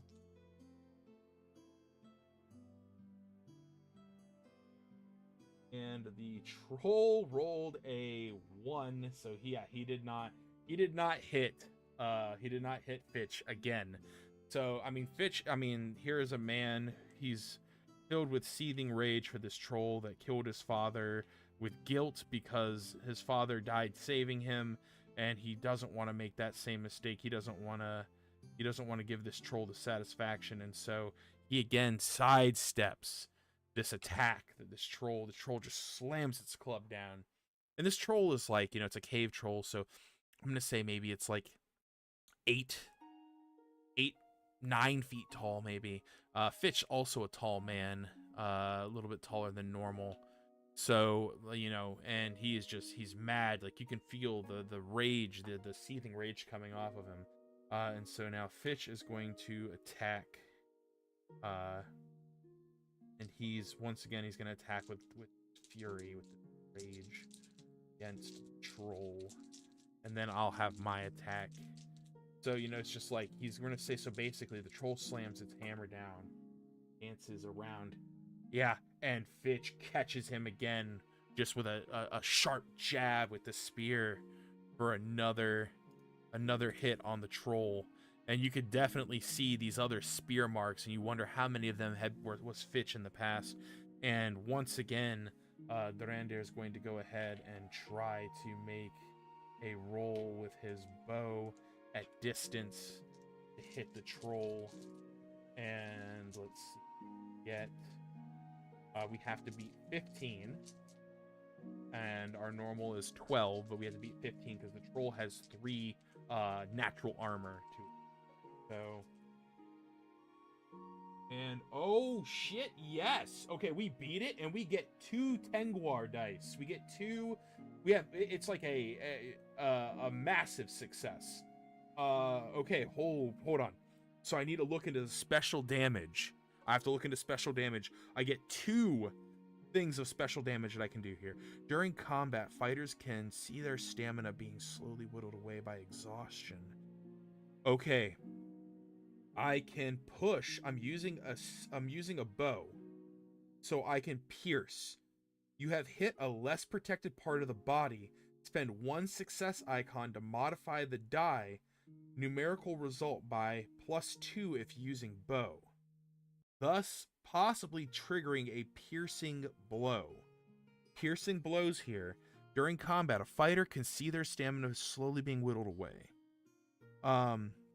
Characters hit by a piercing blow, an attack roll that is a 10 or a Gandalf rune.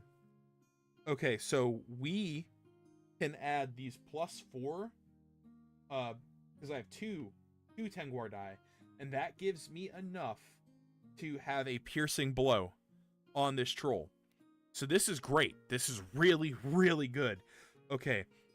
Characters hit by a piercing blow must immediately roll a feat die plus a number of success die equal to their protection value. So now here's the part that is scary, because this troll gets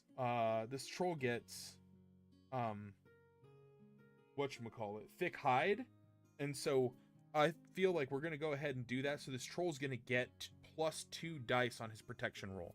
So the troll has to roll a 14 or higher in order to keep from taking a wound. Because a bow's injury rating is a 14 check. Okay, so this troll gets 1d12 and 2d6s, and if he can roll a 14 or higher, then he will negate. He'll negate.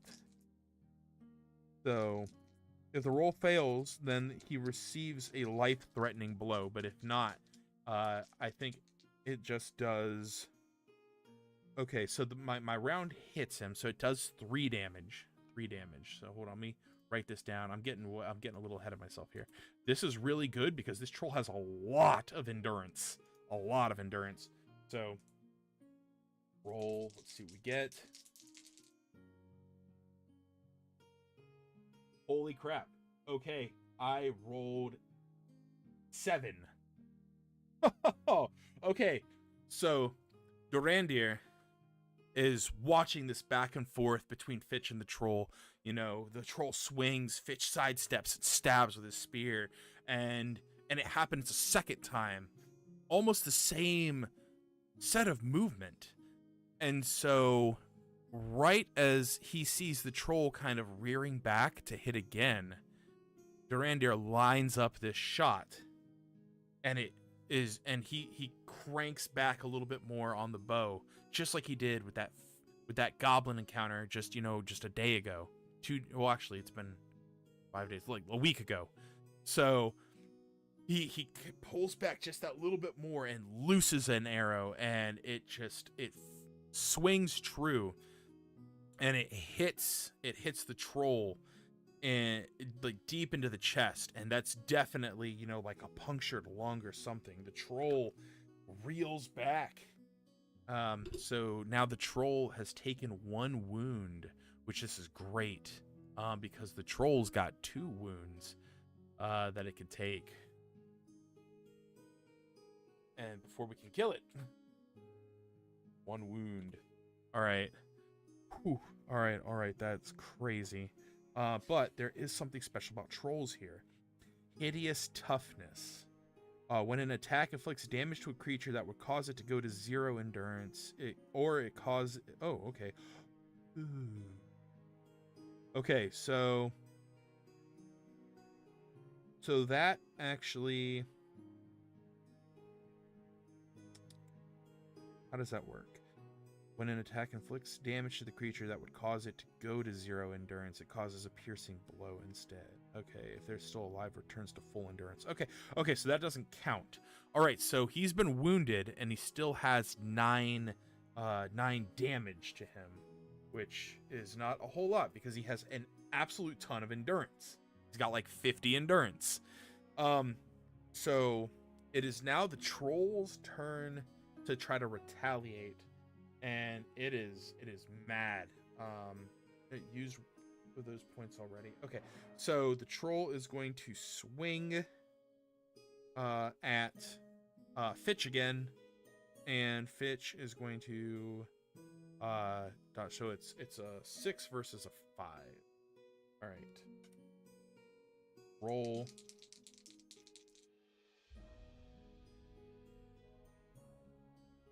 And all good things must come to an end, and the troll finally connects with a hard clubbing blow against Fitch. And so Fitch takes 3 damage. So finally, like he couldn't keep up with the dodging. Maybe Fitch was he saw my arrow. He saw the arrow hit. Clap for the troll finally doing something. He watched that arrow hit the troll, and he was surprised at like how deep it went in to his chest. And so so he finally got hit, and so now it is Fitch's turn, and he is once again going to strike fiercely. So that is a 5 versus. That's 5 versus 6. But plus 5. Okay. So this Fitch versus Le Troll.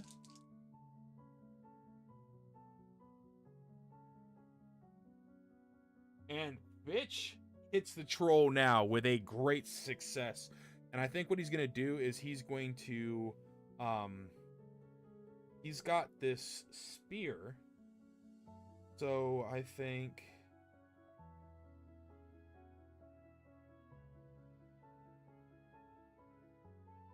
okay, this is great. So he's got a spear, and what we're going to do is we're going to spend that point for Fitch to do... We're going to spend that point for Fitch to fend off. So he's going to stab the troll again with the spear. This now puts the troll at 12. And then Fitch is going to stab him with the spear, and he's going to fend off. And so what he's going to do is, since he's using a spear, he's going to gain +3 to his parry rating for the next attack phase. So that is massive. That is very massive. that is going to be so good. And so, you know, the troll hits him and like just reeling with this anger, you know, just this fury about his father. He stabs in with the spear on this troll, man. And this troll is just like, you just can't catch a break, dude. He can't. So now we are once again going to go ahead and take a shot at the troll from the rearward area. So we have to beat a 15, and we get a... Oh, that's a fail, is it? Yeah, I think that is... Let me roll here. Attacks. Pretty sure I just failed the roll. Attack roll. Resolve.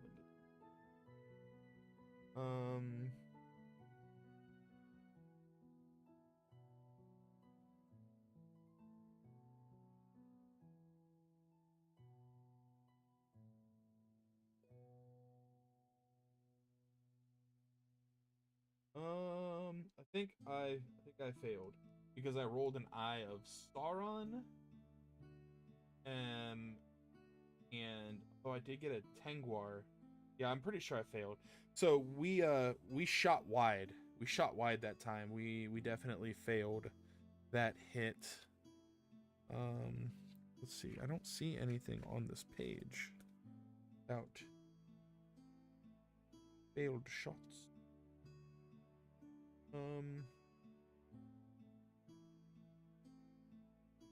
So, okay, so yeah, we missed our shot, and so now it is the troll's turn. The troll is going to try to hit Fitch again, but the nice thing is that now Fitch gets an obscene amount to add here. So the troll adds +6 to his chance to hit, and Fitch adds +8 to his chance to defend. All right. Okay, Fitch got his +8, plus he rolled a Gandalf rune. So yeah, again, the troll just swings down, and I mean, it's like a dance. It's like a dance of death. He knows that this is a life or death thing, and the fury is driving him to fight. So we now lose that +3 parry. We'll remove it. And he is going to attack the troll. He gets to swing at the troll with a +5, and the troll has a... Oh, okay. So, and he does this. Rolls that die. And that is... Nope, he misses the troll. The troll misses him. He goes in for that same kind of thrusting stab, and the troll kind of bats it aside with his club. All right, oof. Okay, this is gonna start turning into a slog soon. All right, what are we gonna? Do we have any special things that we can do? Fighting from the rear. Combat task. Opens. Prepare shot rearward stance. Okay.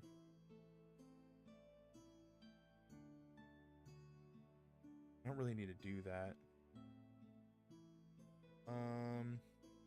Yeah, I don't get anything from doing that as a thing.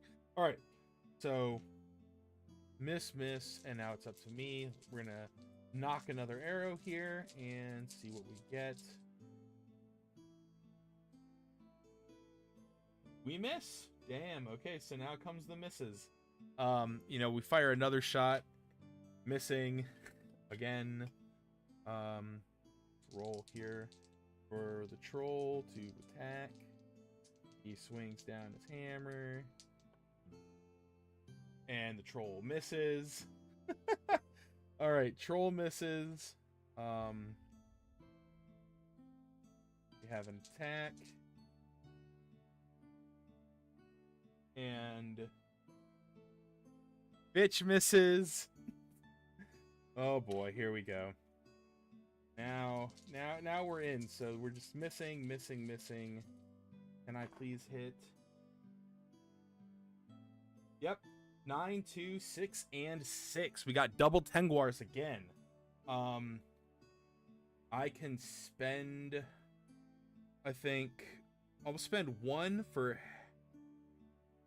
heavy blow, and I think the other one for pierce, because that would put me above 10 on it. So I think that, well, no, because it has to be a 10 or a Gandalf rune.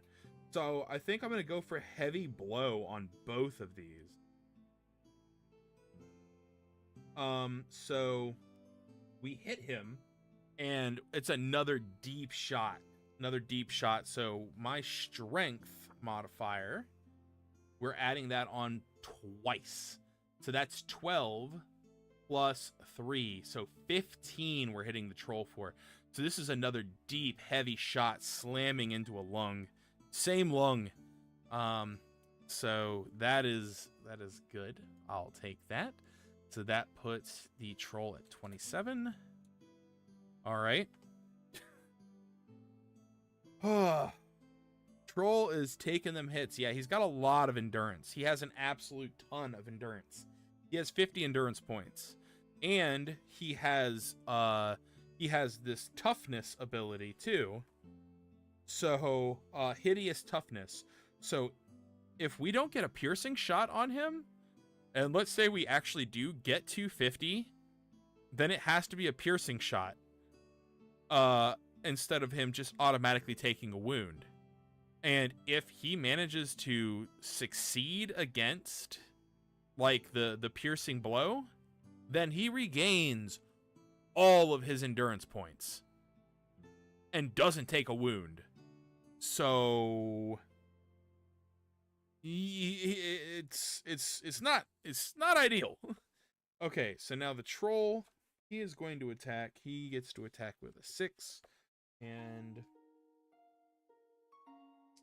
he gets to attack with a 6, and he gets to defend with a 5. And okay, so the troll again, he hits Fitch. The troll, that it seems like he keeps hitting Fitch every time after I hit him.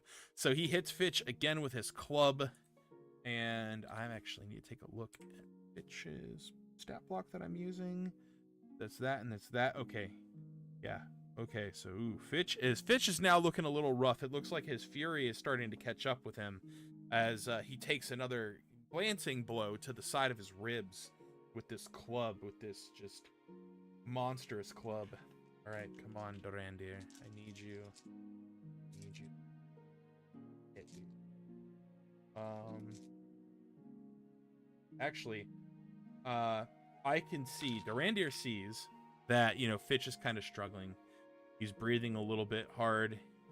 He took a really good hit, and I'm gonna go ahead and I'm gonna burn one of my hope points to add an additional success die to this attack.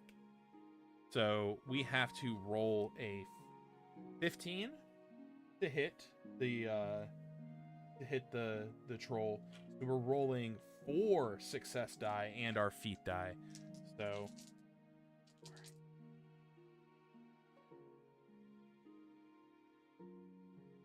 Gandalf rune and 1 Tengwar. Okay. So we get to hit with another piercing, well, not piercing blow. Actually, yeah, no, it's a piercing blow. An attack roll produces a piercing blow. So this is a piercing blow. And I guess a heavy blow? So the troll has to defeat a 14 on this piercing blow. So the troll is going to burn another one of his hatred points to get thick hide. So he's going to get 2d6. He's going to get 2d6 plus a d12 to try to meet or exceed a 14. All right. 13. All right. So, all right, let's envision this. So Dorandir seeing Fitch, you know, starting to waver.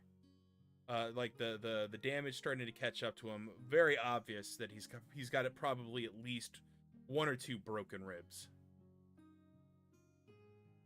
Again, knocks an arrow, and he just he says like a little something, just something in his head, you know, like, you know, just you know, guide me, guide it true. And he lets loose, and that round just hits. It hits deep into the heart of the troll. Just that arrow, just deep.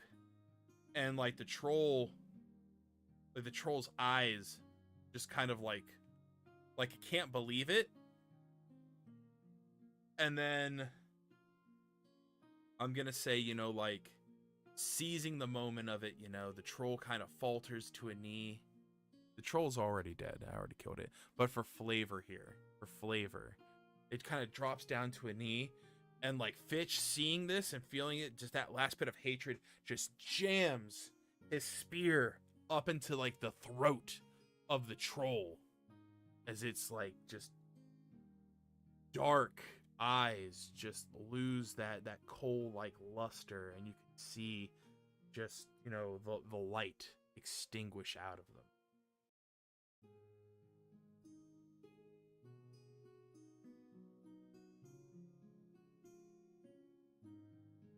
Oh man, oh, that was wild. I'm sure there's probably a few things that I screwed up during this combat encounter, and I'm gonna make sure that I read heavily through the book. But you've got to admit that story was good. It's just a dance of death, a dance of flurried blows. And I was able to be on the back line to be able to help just rain those shots in. Ultimately felling the foe that killed Fitch's father 10 years ago. Fitch turns and looks to Dorandir. And you can see in his eyes like this sense of relief, of release,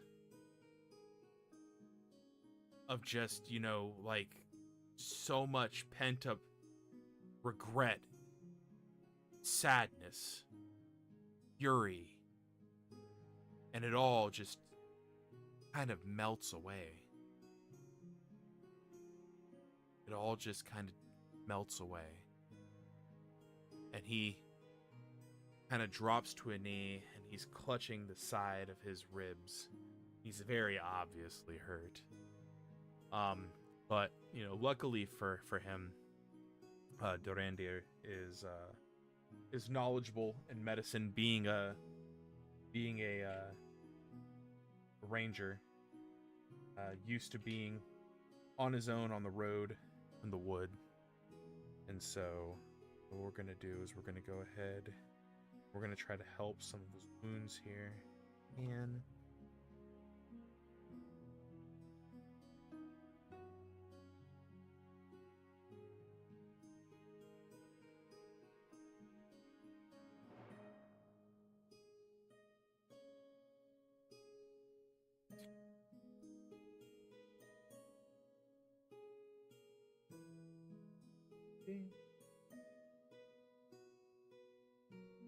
maybe.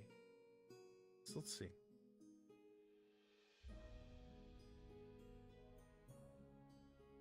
He's not wounded. Or is he done? First aid.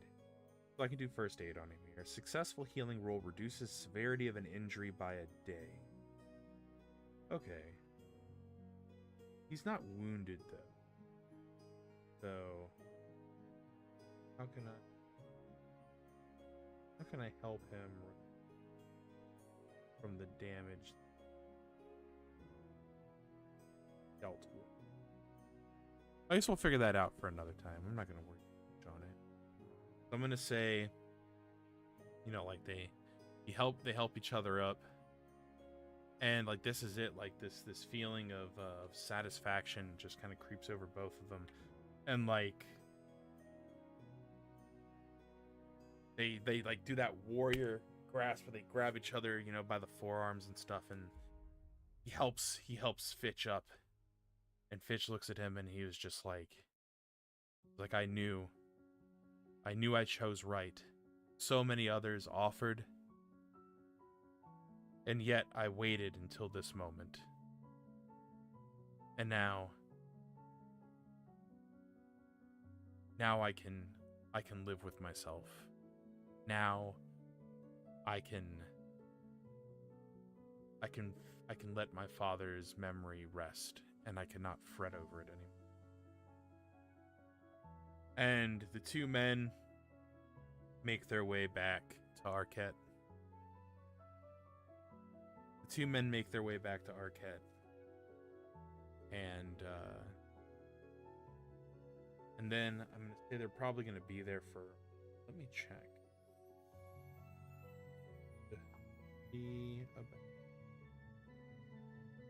Valor. I think that this should be like something. Alright, Valor is a measure of your courage.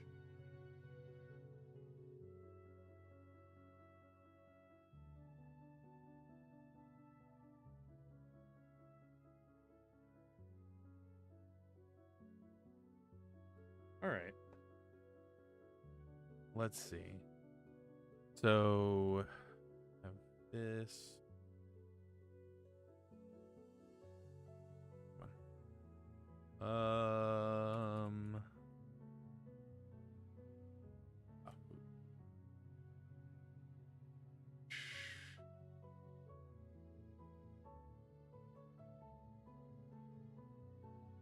So this was a noteworthy encounter, but this was actually let's say with this, we survived dangerous combat, and I would say that this was also a noteworthy encounter. So we're gonna get 1 adventure and 1 skill point out of this. So that takes us to 3 and 3. It wasn't that dangerous. The troll was a scrub. Look, and in all honesty, I might have... so there is not really anything in here on NPC combat. So maybe I didn't do a good job of it, but I need to see how do I want to do this. I think what we're going to do is we'll probably end up staying in, here. Be nice to me, or I'll fight you. So I think what we might do is we might take a fellowship phase and stay here in Arquette. Let me take a look. I think that might be a thing. Set a duration. Usually covers a longer period of time than an average adventuring phase.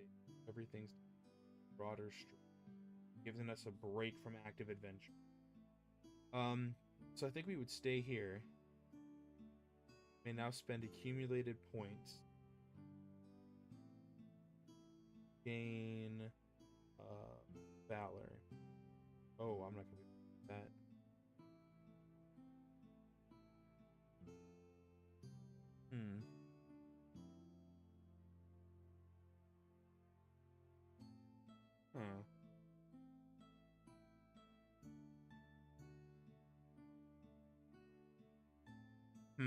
I'm gonna figure this out. what I might do is actually go to the standard way of getting adventure and skill points, which you get 3 of each per session.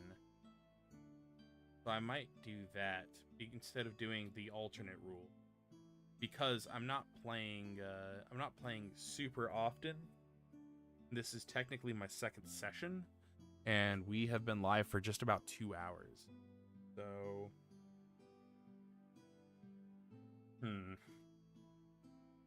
because I would really like to get this bow, right? This bow is something I would like to get. Page. Here it is. I would really like to get this Arquette bow, hunting bow. Arquette. Okay. Once a player hero has proven themselves worthy, they must demonstrate they are also a skilled archer by spending 3 days on a hunt in the wood.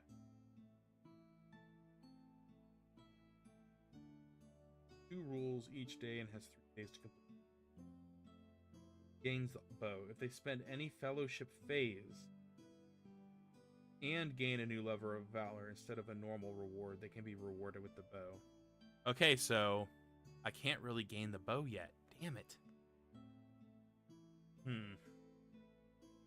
I really want this bow. I guess we're gonna have to find something else to do in the woods. But I definitely think that we will. I think we will take like a short fellowship phase here. I think we will do that. I think what we'll do is maybe we'll gather some rumors. I think we'll do that. I think maybe we'll gather some rumors here.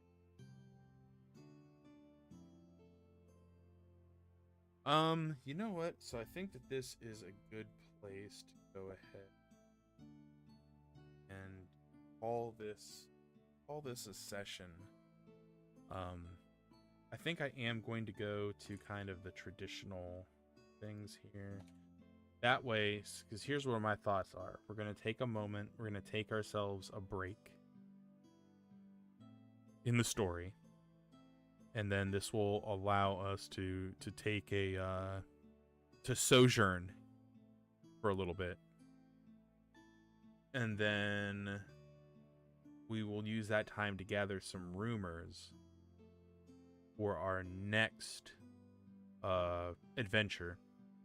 This will give us time to heal up. This will give us time to gather rumors for our next adventure, and then I think afterwards, that would put us at the point we need to be at, where we would be able to upgrade our valor, and in lieu of getting a normal reward of something, we could get this special bow, this Arquette bow. I think that's how we're going to do things. Plus, I'm going to need some time to go listen back through this and transcribe everything that happened, because I didn't write down a single thing of this combat that went down. And so I'm going to need a little bit of time to do that. I think maybe we could try doing this once a week if people are interested. I don't know. You tell me. But yeah, so that was